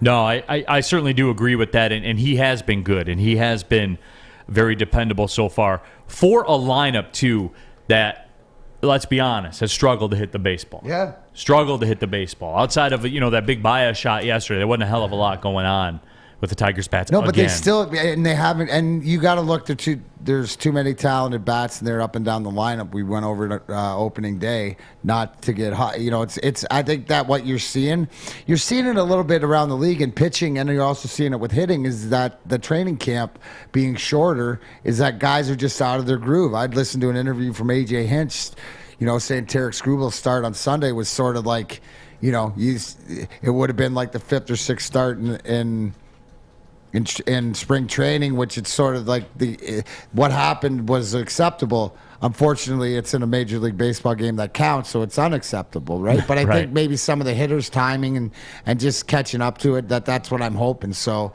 and here's the thing too, right? Weather's starting to get a little bit better. Ball, you know, starting to warm up. Yeah, the ball's going to try, you know. So the first, you know. There's a lot of things that play into it, but they have to get the bats going. But the fact that they're 2-2 without getting the bats going is a positive to me early. And I know we're 4 games in. Miguel Cabrera, 308. That's 3 different RBIs than usual. in 4 games. That's different than usual early in the season. You know, 108 through 10 games, and then he goes on fire. So 9 away from 3,000. I'm always waiting for him to start out a season better than usual. I'm just saying. Spencer, I'm just saying. Yeah, he had another double last night. I think he's 1 away from 200 or 300 or something like that. And yeah, he's going to pass Barry Bonds, I think, in doubles. Yeah. That's next. Who he passes next, and you know I'm a simp for Barry Bonds. Big Bonds guy. I know that for sure. I'm very much a simp for Barry Bonds, as you guys all know. But hey, man. I'll simp for Gypsy Vodka, too. Why not? We're going all the way in. 50 different formulas, countless taste tests. But Gypsy Vodka is the best tasting, smoothest vodka on the market. I was in it last night. Gypsy and soda. Night on the town. Had the Gypsy flowing, no question. Gluten-free, corn distilled 6 times. They use artesian spring water. Support local guys from the state of Michigan. Made in Petoskey. Cool-looking bottle. All that stuff, guys. I gave you all the analytics. But let's bottom line this, man. When you pour it in a glass, it's good-tasting vodka. We'll get Spencer going on it, too. I don't know if he's a big Bloody Mary guy. Oh, yeah. Oh, for sure. Give it a run. I got it. Give it a run. Just get yourself a bottle and give it a run. That's all I'm saying. Yeah. It'll change everything for you. Gypsy Vodka. Go to the store. Ask for it by name. It's Gypsy Vodka. As always, drink responsibly. It took exploring 50 different formulas and hosting countless taste tests, but we believe Gypsy Vodka is the smoothest vodka on the market. Don't believe us? Ask the owners. We're Mike and Adam Kazanowski with High Five Spirits Distillery. We're in close to about 1,200 locations throughout Michigan. We wanted to create a brand that was geared more towards freedom, love, adventure, and at the end of the day, we really wanted to tell a story that inspired other people to take risk, follow their dreams, whatever that might be. You asked for it and we listened. The Seafood Festival is back at Big Boy, including a Friday night seafood buffet. Catch it while you can, available at participating locations until April 24th. Also available, the new fish sandwich. We'll see you at Big Boy. Back at it, Big D Energy, Woodward Sports Network, Neal Ruhl, D-Mac, Darren, McCarty, Sam Flannel. We got Spencer here in the house. You guys are killing me here in the YouTube chat thread with your comments. Doughboy Sneeve, Snooty Neal is greater than Paul Heyman. How about this? Now I got another idea, D-Mac. When I come out of the tunnel and I have the microphone, I can just walk out and say, instead of my name is Paul Heyman, I can say, my bank account has 3 commas.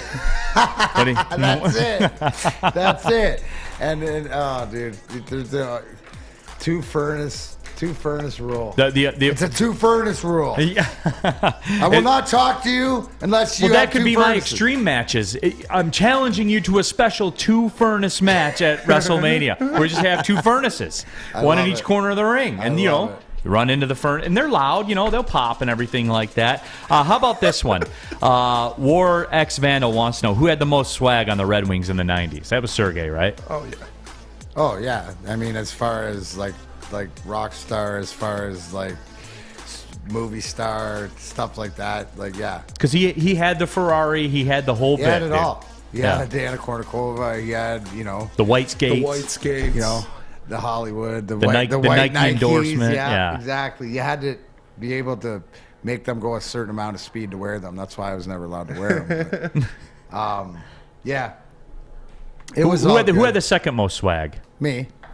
I got the, it's different swag though. Yeah, it is. It's gritty. It's gritty. It's a different thing. Yeah. It's a different thing. We hang out like it's dive bar swag. Right. Right, grungy swag. It's ringside at at Raw WWE. swag. It's where taking Sergey and I are up tubes in the to head. suite. It's throwing D-Max stoners out up in Kalkaska. That's the D-Max swag there is. Amongst the people. As opposed to you separate. Above the people. Around the people. Your observation. Yep. Steve Brown, I've never been a vodka guy. I'd rather have a Jack and Coke or a whiskey sour. Hey, Steve, to each its own, man. To each its own. I hope you enjoy it. Whatever it is you're drinking, I hope that you're enjoying it and having a good time. And I know a lot of people aren't going to have a good time with this one, though. Some of the early ballots for the NBA Rookie of the Year voting are coming back in. And I checked this last night. I haven't checked it this morning, and I to be honest with you guys, like, I don't know where you go. I don't know if you need like media credentials to know like the running total. But some NBA writers last night were tweeting out, the votes for NBA Rookie of the Year were starting to come in, and as you see, Scotty Barnes and Evan Mobley up there, and that's really what it's looking like. It's going to come down to, and it sounds as though like Scotty Barnes is probably going to win the Rookie of the Year award. And look, we know because we saw it, and Cade Cunningham sent out the tweet. He just said, Detroit versus everybody. And again, like we had this discussion before, and I figured that was the way that this was going to go, and it's going to be different for us because we see Cade on an everyday basis. So we know what he's meant. And again, this boils back down to, D-Mac, what I talked about in the first hour. Cade could come here. Cade could be very, very good, which Cade was very, very good this year. Cade, when you saw stats, it was almost like the Miggy thing, where the names that were popping up in the stats and the accomplishments he was getting, you're like, damn, like, I knew he was good, man. I didn't know he was doing these types of special things like Cade has been doing all season long. We figured that this could go this way as far as Rookie of the Year thing is. And you can make the case. I can make the analytical case. I can make the numbers case. I can make the usage case, all of it. But the bottom line is we figured that this was going to happen, but it still sucks. Well, here's the thing, is that when it comes down to this time, obviously you got to look at what the criteria of the voting is. And if you look at Scotty Barnes, you can't, with where his team's at, obviously in the voting, wins means something. Also, too, a lot of the people that have the vote don't watch Cade like we do on a daily, so we don't see the improvement. So there is that bias there. But I think that, to your point, that the fact that they did get better, but in the whole overall scheme of the league and the voters and stuff like this, it's the fact that you still finished, the third worst record, that you can't, you're going to lose votes that way. Even though what we saw, the numbers, the analytics, that you can put that argument, it's the same thing as what do you want to stand behind? Because I guarantee the two people that have already voted first place for Cade are looking at his numbers and looking at all that stuff. So I think that this shows you early. It's sort of like in politics where it's an election and stuff like this. The early results doesn't mean it's final, but it might tell you that voters are leaning towards that team wins. What you do, how your team has done, plays a factor in it. So I'd be disappointed Cade doesn't win it. But again, we were talking about it before. Scotty Barnes, he's had a great year too. Yeah, he has been great. He's deserving of it. I mean, I can see the argument. I'm not going to sit here and go, no, it's a joke. But I don't think that people are breaking Cade's season down to like a fine-tuned comb that we are here because we saw it live and we were around it. We saw, his progress and everything like that. Yeah, and for me, that's what it boils down to, right? Would it have been cool to see Cade, get that award? Yeah, it'd be cool to see him get that award. Does he deserve that award? Yeah, absolutely. He would deserve that award. But it doesn't change anything for me, and I don't think it changes anything for Cade Cunningham, where he was as advertised, and as I said 3 months ago, and we put the clip out here at Woodward Sports, and it got a lot of views because it was factually correct. I'm crossing off Cade Cunningham off the. We know what Cade Cunningham is. We absolutely 100% know what Cade. There is no concern with Cade Cunningham. There is no speculation with Cade Cunningham. You can pencil him in next year. He'll be right around 20 a game. He'll be right around 7 boards a game. He'll be right around 7 assists a game. And I think for the next 12 years, you can set your watch to that with Cade Cunningham. So you know what? Yeah, it sucks he didn't get the rookie, or he might not get the Rookie of the Year award. That sucks, and he was very deserving of that. But you know what? Doesn't change anything. I don't think it changes anything for him. I don't think it changes anything for the Pistons, and we just roll on. Here's the thing, right? Because the apparent point in it, and I guess I'm going to ask you, but I believe this, that out of the Rookies of the Year, Cade Cunningham's the best player on his team, correct? Is Evan Mobley the best player? Scotty Barnes the best player on their team? No. I mean, that goes into effect. What are you shopping for? That's a very that can be a subjective argument. Talk about Miami, if you had a draft and you could say, hey, you can draft any Pistons player, they would take Cade. No. I'm saying my question is, out of these 3 guys and their team, Cade Cunningham's the best player in Detroit on Detroit's team. No doubt. Is Evan Mobley the best player on his team? No. I'm asking. Is he? Well, again, that goes into, he's on a rookie contract. You know what I'm saying? It goes into all that. Okay, forget the analytics. Take the draft capital. Let's use it as a fan. I'm asking a question. Here's the question. Is Cade Cunningham the best player on the Pistons? Absolutely. Yeah. Is Evan Mobley the best player on his team? No.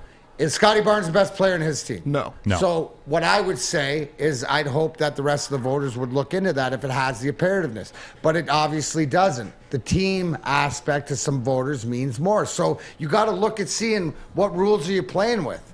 Don't hate the game, just know the rules. Play the game better. And I think Cade understands that. And to your point, Neal, it doesn't affect he wins it, he doesn't win it moving forward. Maybe if he does it gives him more motivation. But we know what we have. Right. We know what we have. Now, to get into draft capital, is Cade Cunningham the best deal as the Rookie of the Year? No, then you put in your analytics and the draft and where it goes and stuff like that, and then you can come down to it. But for Rookie of the Year, I think that because then the analytics play out. But the easiest question is to go, is this guy the best player on their team? Because if he is, and we're going Rookie of the Year, then doesn't that make you do a deep dive into him? Just the fact that if I go to any team, who's their best player, and look and see, okay, he's not performing. That's why they didn't make the playoffs. I'm just saying, to me, it's I guess it's more black and white or easier, but I'm biased. And I'll say I'm biased because I see the progress of Cade Cunningham, the man. I brought up here, the one thing about Cade, and this is the culture thing I wanted to bring up. I sent you that clip about Cade talking about nutrition, talking about eating and stuff like this. And I thought this was such a poignant fact of, tells you where his maturity and self-awareness of about, hey, a kid at 20, 21 years old that knows now that he needs calories, he needs to eat, because you can burn muscle off just like fat. Right. What did we say at the beginning of the year? Wait till this kid grows into his man body. He's got his member LeBron, and he's coming into that. But it's mentality, not only the leadership and what I've talked about all along since we drafted him, but this is just another step to go, okay, see, he actually can't, and it's a lead by example. So if he's talking about it, all the rest of them are talking about it. And that's even even bigger. So I love the fact that even, like, side note, that he knows that he's going to put weight on and he's got to eat. So people, if you're out and about, you see Cade Cunningham, don't worry about buying him a drink, buy him a burger. Put bacon on it too, man. Put some bacon and some guacamole. Yeah. Chuck Brewer says, when we beat Philly, their beat reporter said he thought Cade was a bust in November and hadn't seen him play since. And that's the other thing too, guys. Like, before we get all bent out of shape about this, and trust me, as a guy that has voted for league awards and things like that. As a guy that has voted no, because See, because here's where it is. Can you tell us what awards I was voting for? Because no, but here's what it is, D-Mac, is 80% of the people that do vote for these things. Let me let you know a little secret. They don't watch. And 97% of Heisman voters, okay, they don't watch the guys on the West Coast play. Or if they're West Coast guys, they don't watch the guys on the East Coast. They just don't. Just don't. It's bias. It's bias. It's bias. Yeah, and it's all narrative based. And people were talking about too how wins never mattered in Rookie of the Year, and usually they don't, because usually the teams that the rookies go to don't win. Make splashes. But here's the one thing. That's what we agree with you who said that. But they changed the rules this year, it seems. The goalpost moved. The goalpost moved. Because that's narrative based. That's that's 101, marketing 101, where you make important to you what fits your narrative of how you want to vote. Like you get the guy you want to vote for, and then you craft everything around it. Like, that's the way it works. You don't do everything around it. True media at its finest. That's the way it is, True man. media at its finest. That's media. That's politics. Yep. That's bosses at work. That's everybody, That's man. everybody. That's everybody in life. I think if anything we've learned, man, through all this and, through all the pandemic and everything, we are 1,000,000% a narrative-based society. Speaking of that narrative, we want the bag. And I know where you can get the bag. Lady Jane's Haircuts for Men. Yes, if you want to win $100,000, yes, I said $100,000. Get to Lady Jane's Haircuts for Men and get that precision haircut, the King's treatment, whatever you want. Open 10 to 8, 7 days a week. No matter what, you go in, you ask the stylist, you say, hey, I'd like that haircut. Give them the D-Mac or the Antonie Hoppenot, whatever you're looking for, depending on what you're doing, and say, hey, can I sign up for that draw? They'll say yes. Next thing you know, boom, your haircuts, you're looking great. You can even watch TV in the mirrors with everything you want. The ladies are great. Get to Lady Jane's anywhere, all over 168 locations all over the country. And you know why? You can walk in anytime, because Lady Jane's, it's wicked awesome. Big D Energy, Neal, Ruhl, D-Mac, Spencer, and Sandy Flannel on the way back here after some commercials. Life is full of hard choices. We're here to make one of life's biggest decisions as simple as possible. My name is Christina Gennari, and for over 20 years, I've helped hundreds of families buy and sell homes. We cover all of Metro Detroit and more, from large luxury homes to starter homes. We will work hard to make sure that you get the home of your dreams. So if you're in the market today or even thinking about buying or selling in the future, make the obvious choice. Christina Gennari, the obvious choice in real estate. Visit us at soldchristina.com today. At Wing Snob, staying humble's not our forte. We just have better wings. We're back at it again with our crispy golden brown fries and our famous boneless wings. Juicy, tender, hormone-free chicken. Your favorite signature sauces with no bone. Just when you thought Wing Snob couldn't get any better. Order online at wingsnob.com today. Wing Snob. We just have better wings. Back at it, Big D Energy, Woodward Sports Network, Ruhl, D-Mac, Darren, McCarty. We got Spencer Raxter here in the house. We got Sam Flannel as well. He's in flannel, on brand and on budget. We are getting it in here today. But we were talking Cade Cunningham, and I think Hazardous Nature in our YouTube chat thread, I think he sums this up perfectly. And we can go back and forth, and we can get worked up about Rookie of the Year votes or awards or anything like that. When you get through it all, here's the bottom line. Hazardous Nature says Cade was the right pick. Wouldn't do it any differently. And that's the bottom line, because that's it. Neal Ruhl, he just spit it out. But no, that's why I saved it to the end. We got our guy. Yeah. It's our guy. It's our guy. I don't care if he wins a trophy. You like it because of deserving or whatever, but moving forward, you got to be so excited. See, and that's the little things why when I see stuff like a Cade Cunningham or a Dylan Larkin or some of these young guys come out and say different things that let me know not only the maturity level but the direction. So going into the season, first game after, who's talking about, you know what I mean? He's already looking about how to get better. He's looking about the summer. He's looking about what he needs to do. You see it all the time, Neal, in every sport. You see the maturation not only mentally as a player, but physically. Guys get size, especially in the NBA. You see that, guys form into their own. I watch a lot of wrestling. You see that also, too, in wrestling, where guys sort of putting in the work and sort of their body develops and stuff like this. I can't wait till Cade's got his man strength. Like his man strength. He's still, a few years away, but he knows that he's got to put weight on. He knows some of the things that he has to do to make this team better. And I agree with the listener, no matter what, is that's our guy. And we should be just happy as heck for him to be our guy. Yeah, but the Pistons season has wrapped up. And we'll get in. I think I'm going to reach out to my guy, Bryce Simon, and get him on.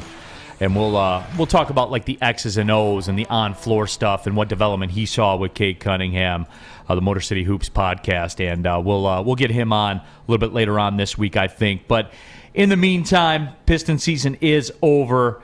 Dwayne Casey talked about the growth of this team, and look, I just going back to it, the record could be the same, but the team could be a lot better. And Dwayne Casey said, quote, "I told them I was proud of our growth and how we stayed working and serious about our craft. We connected and played like a team." And then that was Coach Casey talking about the team this year. And look, for the crowd that was talking about Dwayne Casey and the job and pointing to the record and things like that, I think one thing that you can say about Dwayne Casey, D-Mac, and I'm curious to get your take on this, is through as bad as it was in the bad stretch, and they had a bad stretch, but look, every NBA team has a bad stretch, man. Over 80-plus games in a season, you get through those dog days, especially when you have a young team, you're going to have stretches where you struggle, and they were no different, and it was ugly there. Certainly through January, it had a stretch where it was very ugly. But the thing that always strikes me about Dwayne Casey is this team always battles. Always battles. And look, it's professional sports. You get paid a lot of money. You're supposed to battle. That's what you're paid for. But in the NBA, sometimes players will check out. In any professional sport, sometimes guys will check out. And that's the thing for me with Dwayne Casey. Like this, I guess it's a minority based on the conversations we had earlier. But this fire Dwayne Casey contingent, it will never make sense to me because of just that. With the stage that this franchise is in right now, where they are, where they want to go, what Dwayne Casey has got out of this team, I think, D-Mac, is noteworthy. It is. It should be. And here's the development. I'm talking about the maturity. And did these guys not only develop on the floor? Yeah, we can ask the X's and O's and stuff like this, but did they mature as men? And I think they all did. You know what I'm saying? You look down... there's obviously some questions and stuff like this, but it goes back to the opening conversation, is that Dwayne Casey is the absolute right guy for the job right now. Because, there could be questions on some of the X's and O's and stuff, but I just think that these guys play for him. I think he's got their ear. I think that they got a good thing going there. And why do I say that? Because of what I hear coming out of the players and coming out of their leadership and listening to the best player talk. So... kudos that, what do you grade them this year? B plus maybe? Just I give them a B. It was going to be a B, but I give them a B plus because they were able to stay into the bottom three of the draft. So they did what they needed to do. If you look at the big picture of it, it's not about the wins and losses. It's about the development and what you got now. Maybe it could have been better, but I just think that it was solid. Yeah, I mean, it was a solid year. The injuries, but the injuries are going to hurt everybody. But we asked the Jeremy. Injuries helped. We they asked didn't Jeremy, hurt. They helped. Yeah, well, we asked Jeremy Grant that bottom line, but and he bottom line answered. They helped in the team moving forward because it ended up in losses. Right. So the fact is that we're in a better position because we all thought going into the season, if you have a top 3 and the worst top 4 pick in this draft, you are going to get better, right? The players that are there are going to get are going to make your team better, right? So I mean, like I said, and I guess it's like I give it a positive. I give it a check mark. Were you happy with the Pistons season? Yes. Yeah, I'll take it. Yeah, I'll take it. That's it. You know, I mean, how many times have we sat here with all our sports teams going, that season sucked. Right. That season sucked. You know, like, I mean, you know, getting down to the end with the Red Wings. Yeah, I mean, not quite B, maybe C+, but there's progress. If I look at it individually, not as the more of the team growth, but they know, hey, listen, when you're exposed, right, you want to be exposed fully with everything, you know, butt naked. And that's what the Wings defense and defensive capabilities of penalty kill and even their power play has been exposed. So now they got to address it. Yeah, and if you look at it, too, from the standpoint with the season, and again, I go back to it. You guys got to remember, man, $37 million in cap space with Blake Griffin and DeAndre Jordan on this roster. They had to bite the bullet in the trade with DeAndre Jordan. That accelerated, the contract. Boom, it's over now. It's over. And you got 4 second-round picks. Again, a very Steve Yzerman-esque move in that you take your cap space and convert it into draft capital because you can hold it. You can hold that $7 million for DeAndre Jordan, take it, and you basically bought 4 draft picks with it. No. You know what you technically did, right? Because you put yourself in a hamstrung position, so you actually got 4 second-round picks and at the worst, the top 4 overall pick. Right. Because if you're going to play that game, what you didn't allow yourself to do to go out and spend the money and you hamstrung landed you, third worst record in the league, which you're going to get a great player too. So not only those second round picks, it's also the draft picks. So I think in the back of Troy Weaver's mind would be something to ask, is that maybe that's what he was thinking, because the Pistons what is the term? The Pistons did it the right way. They did it the right way, as far as if you call it a tank. Or what do we call it? Losing closely. Losing close. But the way that they did it, right? It made them better as a team, right? They found out what they have. They have pieces moving forward, right? And now, like you said, they got a worse the top 4 draft pick plus all the rest of the picks coming in the future. So I go to you, draft capital, draft guy. Where are the Pistons sitting at the end of this season compared to where it was last season? And they're in a better spot. Well, and here's where it shakes down. This year for the Pistons, $129 million on the cap. This year. That includes Blake Griffin. That includes DeAndre Jordan. Next year, and this is with everybody, on the books for Detroit. Right now they have $88.5 million on the book. So you're talking $42-ish million of cap space that you're going to free up going into next season too.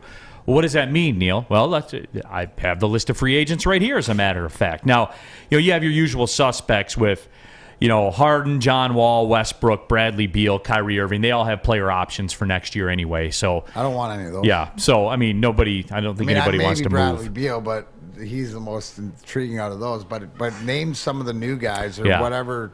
Or name a couple names. Yeah, so, you got like a Zach LaVine out there. I think he's going to be the big prize, like in total free agency. It's going to take a massive amount of money to get him. And, there's some other guys out there like the Robert Covingtons, Taurean Prince.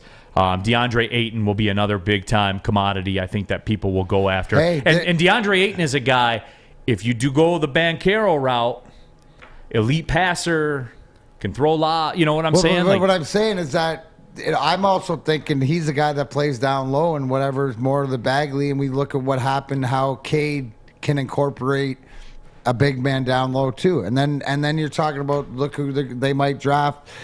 I mean, that the pieces can come into play, right? If that's the direction you want to look. Yeah, and then the Pistons next year, I think, have a qualifying offer. $14 million, I think, on Marvin Bagley, $14.5 million, something like that. I don't remember the exact numbers on that. Now, is that where does that stand as draft capital guy in the NBA for Marvin Bagley? Is that good? Like, I mean, is that a good deal? What do you think? You watched him play. I mean, no, I like him. No, but I'm asking money-wise, $14 million for that I think player. That's very fair. Seems to me that's a good deal. Yeah, very fair. Okay, I like what I saw out of him. I like the way what he added to this team. I like the way, because when you have that accessory, you got to be able to use it. And Right. Cade knows how to use it. You No, know what I'm saying? He made him a absolutely. better team. Did he not? They were a better team once they made that trade. No doubt. So the big thing with him is his health. Yeah. Most of good free agents are restricted. And yeah, Chuck, that is the situation with a lot of them out there. And, Jared Culver's out there as well. I know Kendrick Nunn is restricted too. He's always one. Miles Bridges. How about you guys? Yeah, you guys are NBA elite. Yeah, Jump in Is here. there anybody out there that is on What's your gonna wish list? get your motor going? Mitchell Robinson. I love Mitchell Robinson. Never mind. Grab him. Yeah. That's a solid center. Defensive Hey, you know guy, what? lob threat. He's only a top 20 overall. He's top 20 favorite player in all of history of the NBA. He should play with. If he played with Carmelo would have a ring. Yeah, that's what. No, we won't have to pay him that much. He's a great rim defender. He's a lob threat. He would fit in great with Cade. I like Miles Bridges. Obviously, that's my guy. He cheated off me on a test in journalism class at MSU one time. Okay. Won't get into that. I got him a 97 on the class. But, There you go. Preach, bro. Yeah, hey, everybody needs their part just to make the world go around. If it comes here and wins a championship, it goes right back to there, bro. Don't you worry about it. It was the day before they left for the Big Ten tournament. Him and Josh Langford, I sat in between them. They both copied off me. I got them a 97. So, that's what it is. What do you you got? copied osmosively. You were just sending out the vibe. That's why you're connected. Yeah. What do you got, Sam Flannel? I mean, if we got Miles Bridges, I would do backflips. I don't know if that's a pipe dream or not, but I think he would fit perfectly with a guy like Cade Cunningham, kind of being a slasher, athletic, playing off the ball. I could see them. Yeah, but you're going to have to go so nuclear. Well, that's why I was saying I don't know if because Charlotte can match it. Yeah, so you got to make Jordan throw up on the offer sheet. I mean, you would have to go nuclear on that contract. Jordan's never been a good GM or player personnel hasn't. guy, so if anyone could do it, I'm just saying, as good of a player he is, he's a terrible talent evaluator. Yeah. We are going to talk some NFL draft. Don't think we forgot, guys. We are, but let me address this one here. Hazardous nature. People forget that Dumars and Van Gundy set this organization back 15 years. It's good to finally hit draft picks and develop our young players. I've told you guys this. There will be no Joe Dumars slander ever on this show by me, and I'm not taking it. I'm not standing for it. No, nobody knows the situation, what was going on behind the scenes at the end of Joe Dumars' run as GM here with the Pistons. Nobody knows that. And I'll tell you this, that Joe Dumars delivered championships. 2 as a player, 1 as a GM. Got the 2 as a player. We went to teal uniforms, and Joe Dumars brought us back from teal uniforms to an NBA championship by trading. He did that. I will not stand for Joe Dumars slander on this show. Yesterday, today, or in the future. 3 championships that man delivered.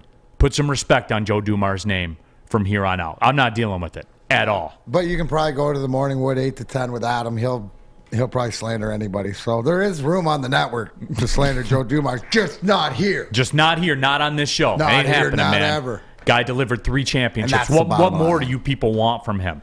I know what you want, though. If you're looking for an aspirational lifestyle beverage brand with a line of sparkling flavored energy beverages, premium bottled water, and revitalizer shots, you're looking for Cintron, everybody. Cintron, the official energy drink of the Detroit Red Wings, Detroit City FC, and proud partners with the Detroit Pistons, exclusively served at Little Caesars Arena. If you want premium ingredients, long-lasting energy, balanced hydration, essential vitamins, and, of course, great taste, Cintron is the top choice. Buy online at CintronWorld.com. Again, that's CintronWorld.com. Use the promo code RedWings10. Save 10%. Shipping included. Drink it. Live it with Cintron. You don't have to go to the beach, man. You don't have to get your butt crack full of sand. You just need a little chili peppers, man, to get that glowing beach chili peppers tan. Woo! With 26 locations in the Metro Detroit area and more coming, Chili Peppers Tanning is where you'll find the cleanest salons in the D. Join the Pepper Club for the best deals on unlimited tanning. Head to chilipepperstanning.com. You just need a little chili peppers, man. We don't like to brag that we are the toughest sports network in Detroit, but we do have a guy named Darren McCarty on our side. Neal and McCarty, who've had a good knockdown drag up. There they go, right on the whistle. They were talking to one another. Woodward Sports.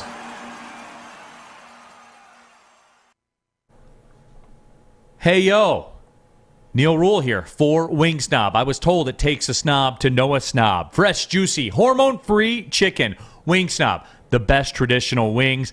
Try the signature sauces, the Jamaican jerk, the lemon pepper, that's always a staple. Wings are tossed to perfection in any sauce you choose. When the wings are this good, guys, you're allowed to be a snob. Order online. It's lunchtime, the back end of the lunch hour right now. Go to wingsnob.com. Get it all set up. Best wings in the game. That's not my opinion, folks. That is fact. Taste them, and you'll find out the same. Wing Snob. They just have better wings. Coming down the stretch here, Big D Energy, Woodward Sports Network. Neal Ruhl, D-Mac, Darren McCarty. We got Sam Flannel. We got Spencer Raxter here as well. And, you know, we're just wrapping up that whole Pistons discussion. Chuck Brewer says, I don't blame Dumars as much as the ownership mess after Davidson died. And, you know, somebody on the outside looking in at that thing at the time, that was my impression of it too, right? I think if you're going to sell a team, the last thing you do, I think if you're going to sell any business, if you're going to sell this building, the last thing you're going to do is go do a total renovation project that costs millions of dollars and then go put it up for sale. Why would you do that? No, exactly. And I think that the timing of it was different, obviously, with the Davidsons and what was going on at the Palace and stuff like that. So, big picture, I think you nailed it. Two as a player, one as a GM. What else do you want? Yeah. You can't ask for anything. Oh, you only won 3 titles? You know, I mean, come on, guys. Come on. Well, I'm not having it, man. You know what? Here's the problem, right? It's because you look back and you're trying to say, well, when did it happen? And because there was a crumbling effect. And the biggest thing is that you look for the why and the reasons and who was involved, and you can understand that, you know, okay, it was the sale of the team, you know, different things like that. I think that the problem is the fact of how it spiraled and how it went downward and how it just, you know what I mean? Like I remember, you know, a few years ago when, you know, the biggest thing, tell me this or not, Neal, but if you didn't know Tom Gores owned the Pistons still, compared to his first few years, as far as, you know, rock star Tom Gores, the owner, reminded me it was Mark Cuban or Jerry Jones or whatever. What he's done is he's let Troy Weaver sort of run the team and Dwayne Casey and step back. So the pomp and circumstance is back, focused on the talent on the floor and building this team instead of all the pomp and circumstance. Are you going to play here? Are you going to play there? You're going to LCA. How are they trade for Blake Griffin? You know, and I don't fault them as much for that as a lot of people do. They took a swing. You know what I'm saying? Now it was a high risk swing, and it didn't work. And I would think if you polled everybody, it was more like me stepping up to bat and you know, Casey Mize throwing a 97-mile fastball, and yeah, I might be able to hit it, but probably not. But I doubt it. No, I get it. And now, granted, yeah, they still were paying, you know, the price for that even into this year. But you know, the moral of the story is, It's that's where it is. Great Lake Ruler, it's the Darko pick and the Chauncey for Iverson trade. That's all. And again, that Iverson trade came on the precipice of when all that stuff was going on. It was. What do you want from the guy, man? 3 championships. That's what we're gonna hang our. It was the Darko pick and the Chauncey for Iverson trade. What do you want from the guy? Who's better? Who's been better in this town at the GM spot? That's not a long list. It's not a long list. No, but and that's why when we're gonna enjoy the journey, stop.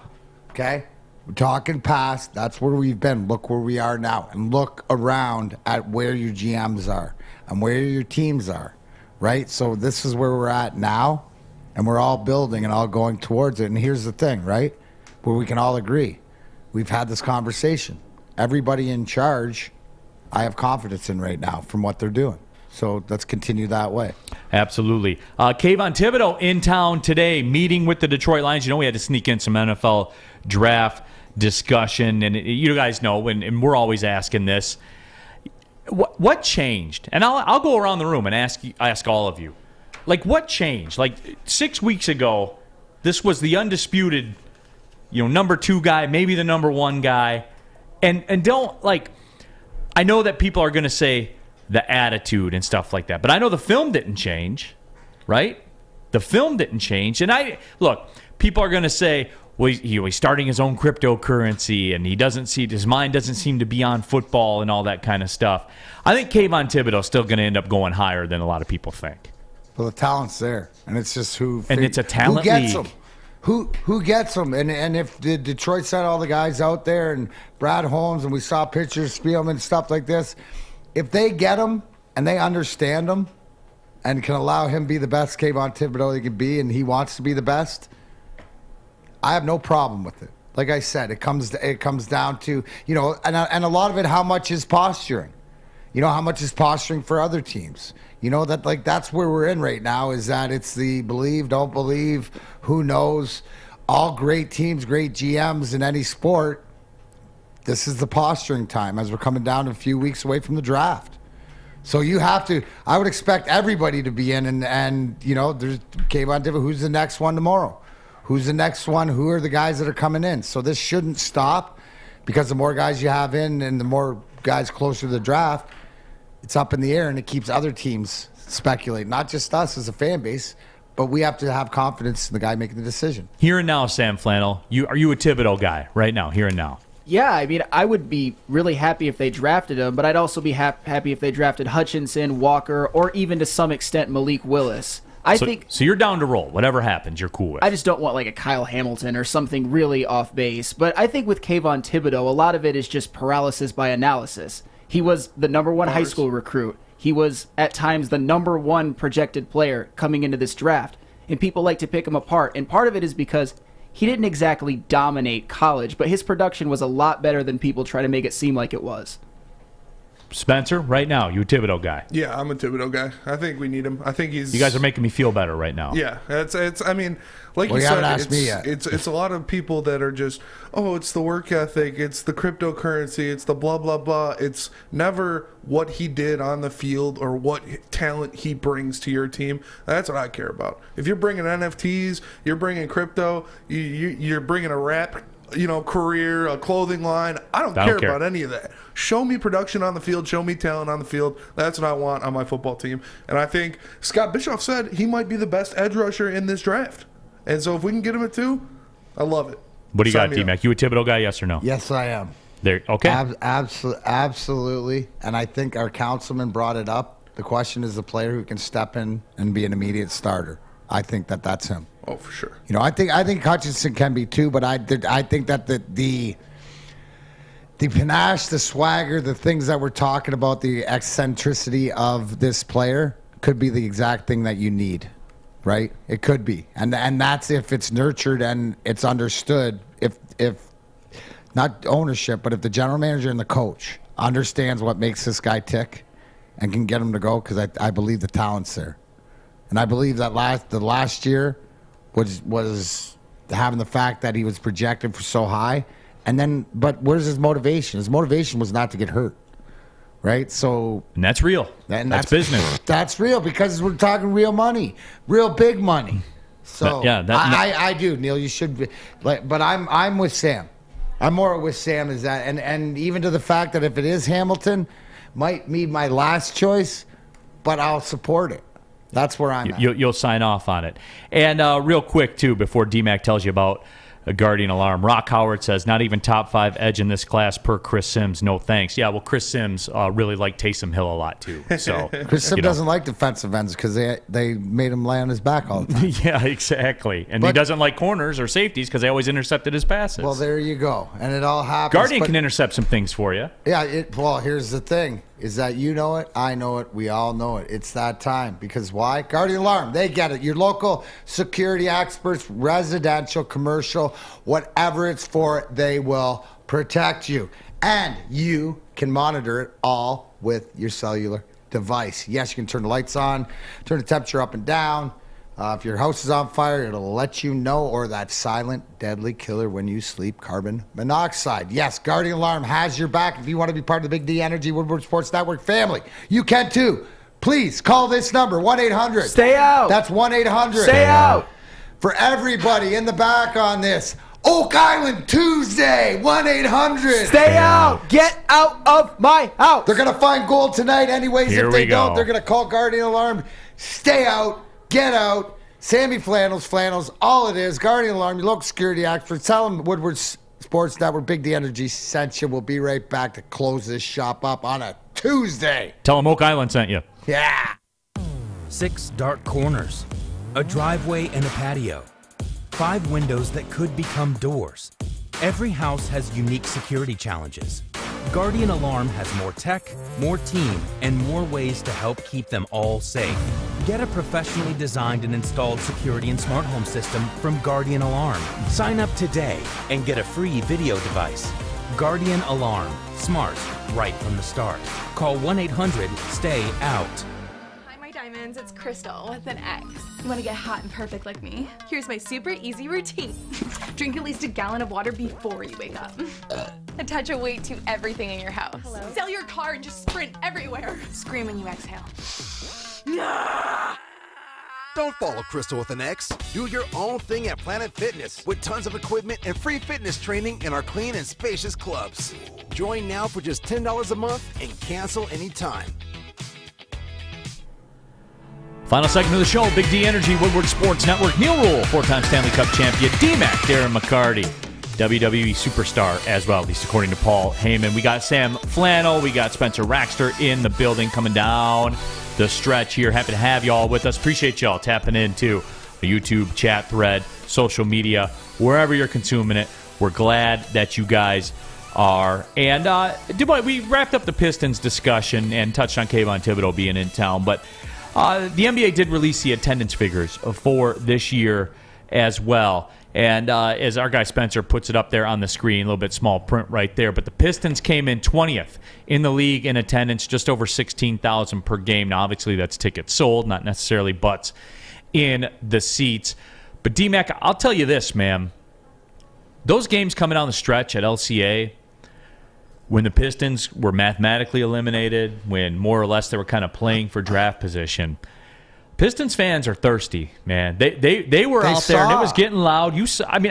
I was surprised by that a little bit. Well, they're hungry, right? And then they see the effort and they see the youth and they want to get out there and watch it along the lines of, getting towards of what we see with the Red Wings. With the youth movement and stuff like this and the way that they supported that team, the Red Wings this year. But fans are excited. And that's the thing. If you build it in this town, they will come. So, down the stretch, it just gives you some excitement. And I think for the most part, Pistons fans are excited coming into this draft, where this team is, what the players that they have. Yeah, there's questions here and there. But, again, it comes back to that number's only going to go up, Neal. That number's only going to go up. And I think that's 20th in the league to have the third worst record. Props to you. I know it's season tickets and stuff like that, but it still needs to be sold. Still needs to be done. Right. No, it is, and I was surprised, just the strong close that the Pistons fans showed out with. But that shows you that's a Cade Cunningham effect, man. Getting that number one pick. Well, it's a Cade Cunningham effect. The fact, Sadiq Bey, down the stretch, Killian Hayes. We still have a lot of guys that believe in Killian Hayes and stuff like that. So I think Marvin Bagley Jr., obviously, since he's come, you added a little bit spark for the end of the year just to improve the team talent without jeopardizing the draft position. So it's a win-win all around. Yeah. Tonight on Oak Island, Chuck Brewer says, we're going to find something, Matty. Out to Rake and Matty. You know what? We got it tonight, Matty. We're going to find something. It's got to be. There's speckles of gold. There's dust particles. We're going to find something. Yes, Neal, tonight's the night. I'll be back reporting tomorrow. Maybe what they find. Ooh, could be the Ark of the Covenant. Never know. Relics. Man, they're not going to find anything. You can't say that. You people. You can't say that. Okay, You know what? That's why I watch it. You don't have to, and I update you. Rex says the people who hid the gold on Oak Island must have also hired Guardian Alarm, telling them to stay out. Absolutely. That maybe it is. Maybe we're gonna find that out, and Guardian Alarm. There's gonna be a card there saying, "Hey, your local security experts can't find this gold." People who hid the gold on Oak Island hid all those Cade Cunningham first place Rookie of the Year votes too. There you go. That's where they are. Maybe they're gonna go searching for votes. Yeah. The long lost Cade Cunningham first place NBA Rookie of the Year votes those ballots in a chest. Yeah. In an old pirate chest about 30 feet under Oak Island. Oh yeah. Hey, we'll take them any way we can get. How them. far down do they dig, D-Mac? Well, they're like 110. Like they go 160 feet. Yeah. Like they're down there with the tubes and everything, and they got the big machines and brr, brr, brr, and then man, the wood's coming out, and man, they're finding everything. You have no. I love how you just sit over there. Exactly. El Bougie. There's the bougie, Neal Ruhl. Don't worry. When I get invited out there to see all the relics and all that stuff, you won't be invited. You know what? I think that I think that I'm going to tap in tonight to Oak Island. I think I am. And I'm going heel. Like, I don't want them to find anything. Yeah. Like, I'm going to keep watching. I'm going to have watch parties. I like it. Spy versus spy tomorrow. I'll be the white cap, you be the black cap, and you tell me everything that's wrong with my show. I'm going to have a watch party, I think. I just hope for the Darren season finale finds a top pocket find tonight. A top pocket find. No, there will be nothing. Find. You know, Neal sits down with a nice bowl of cream of wheat or some strawberry shake frosted flakes and watches his own. Listen, that's what they'll probably find down there, the original cream of wheat recipe. Or a box of strawberry frosted flakes because nobody bought them. They're coming out soon. All right. Hey, weren't they coming out in May or something like that? We're going to do the taste test. Don't worry. For sure. Appreciate y'all tapping in to the show, YouTube chat, everywhere, social media. Big See thanks you down at LCA tonight. I'm doing Game Day Live, my last one of the year. No, yeah, so that answers that Wings. question, too. Tammy Chin asked if you're down at LCA. Yes, the answer is yes. He will be down there. He'll catch up on Oak Island later. I'm going to send him a spoiler. Actually, I could probably send him it now. Hey, they didn't find anything, D-Mac. I can send it now, and then we can move on. Sam Flannel, appreciate you. Spencer, appreciate you. Appreciate all of you as well. Thanks for watching and listening. Big D Energy, Woodward Sports Network. Well, see you later.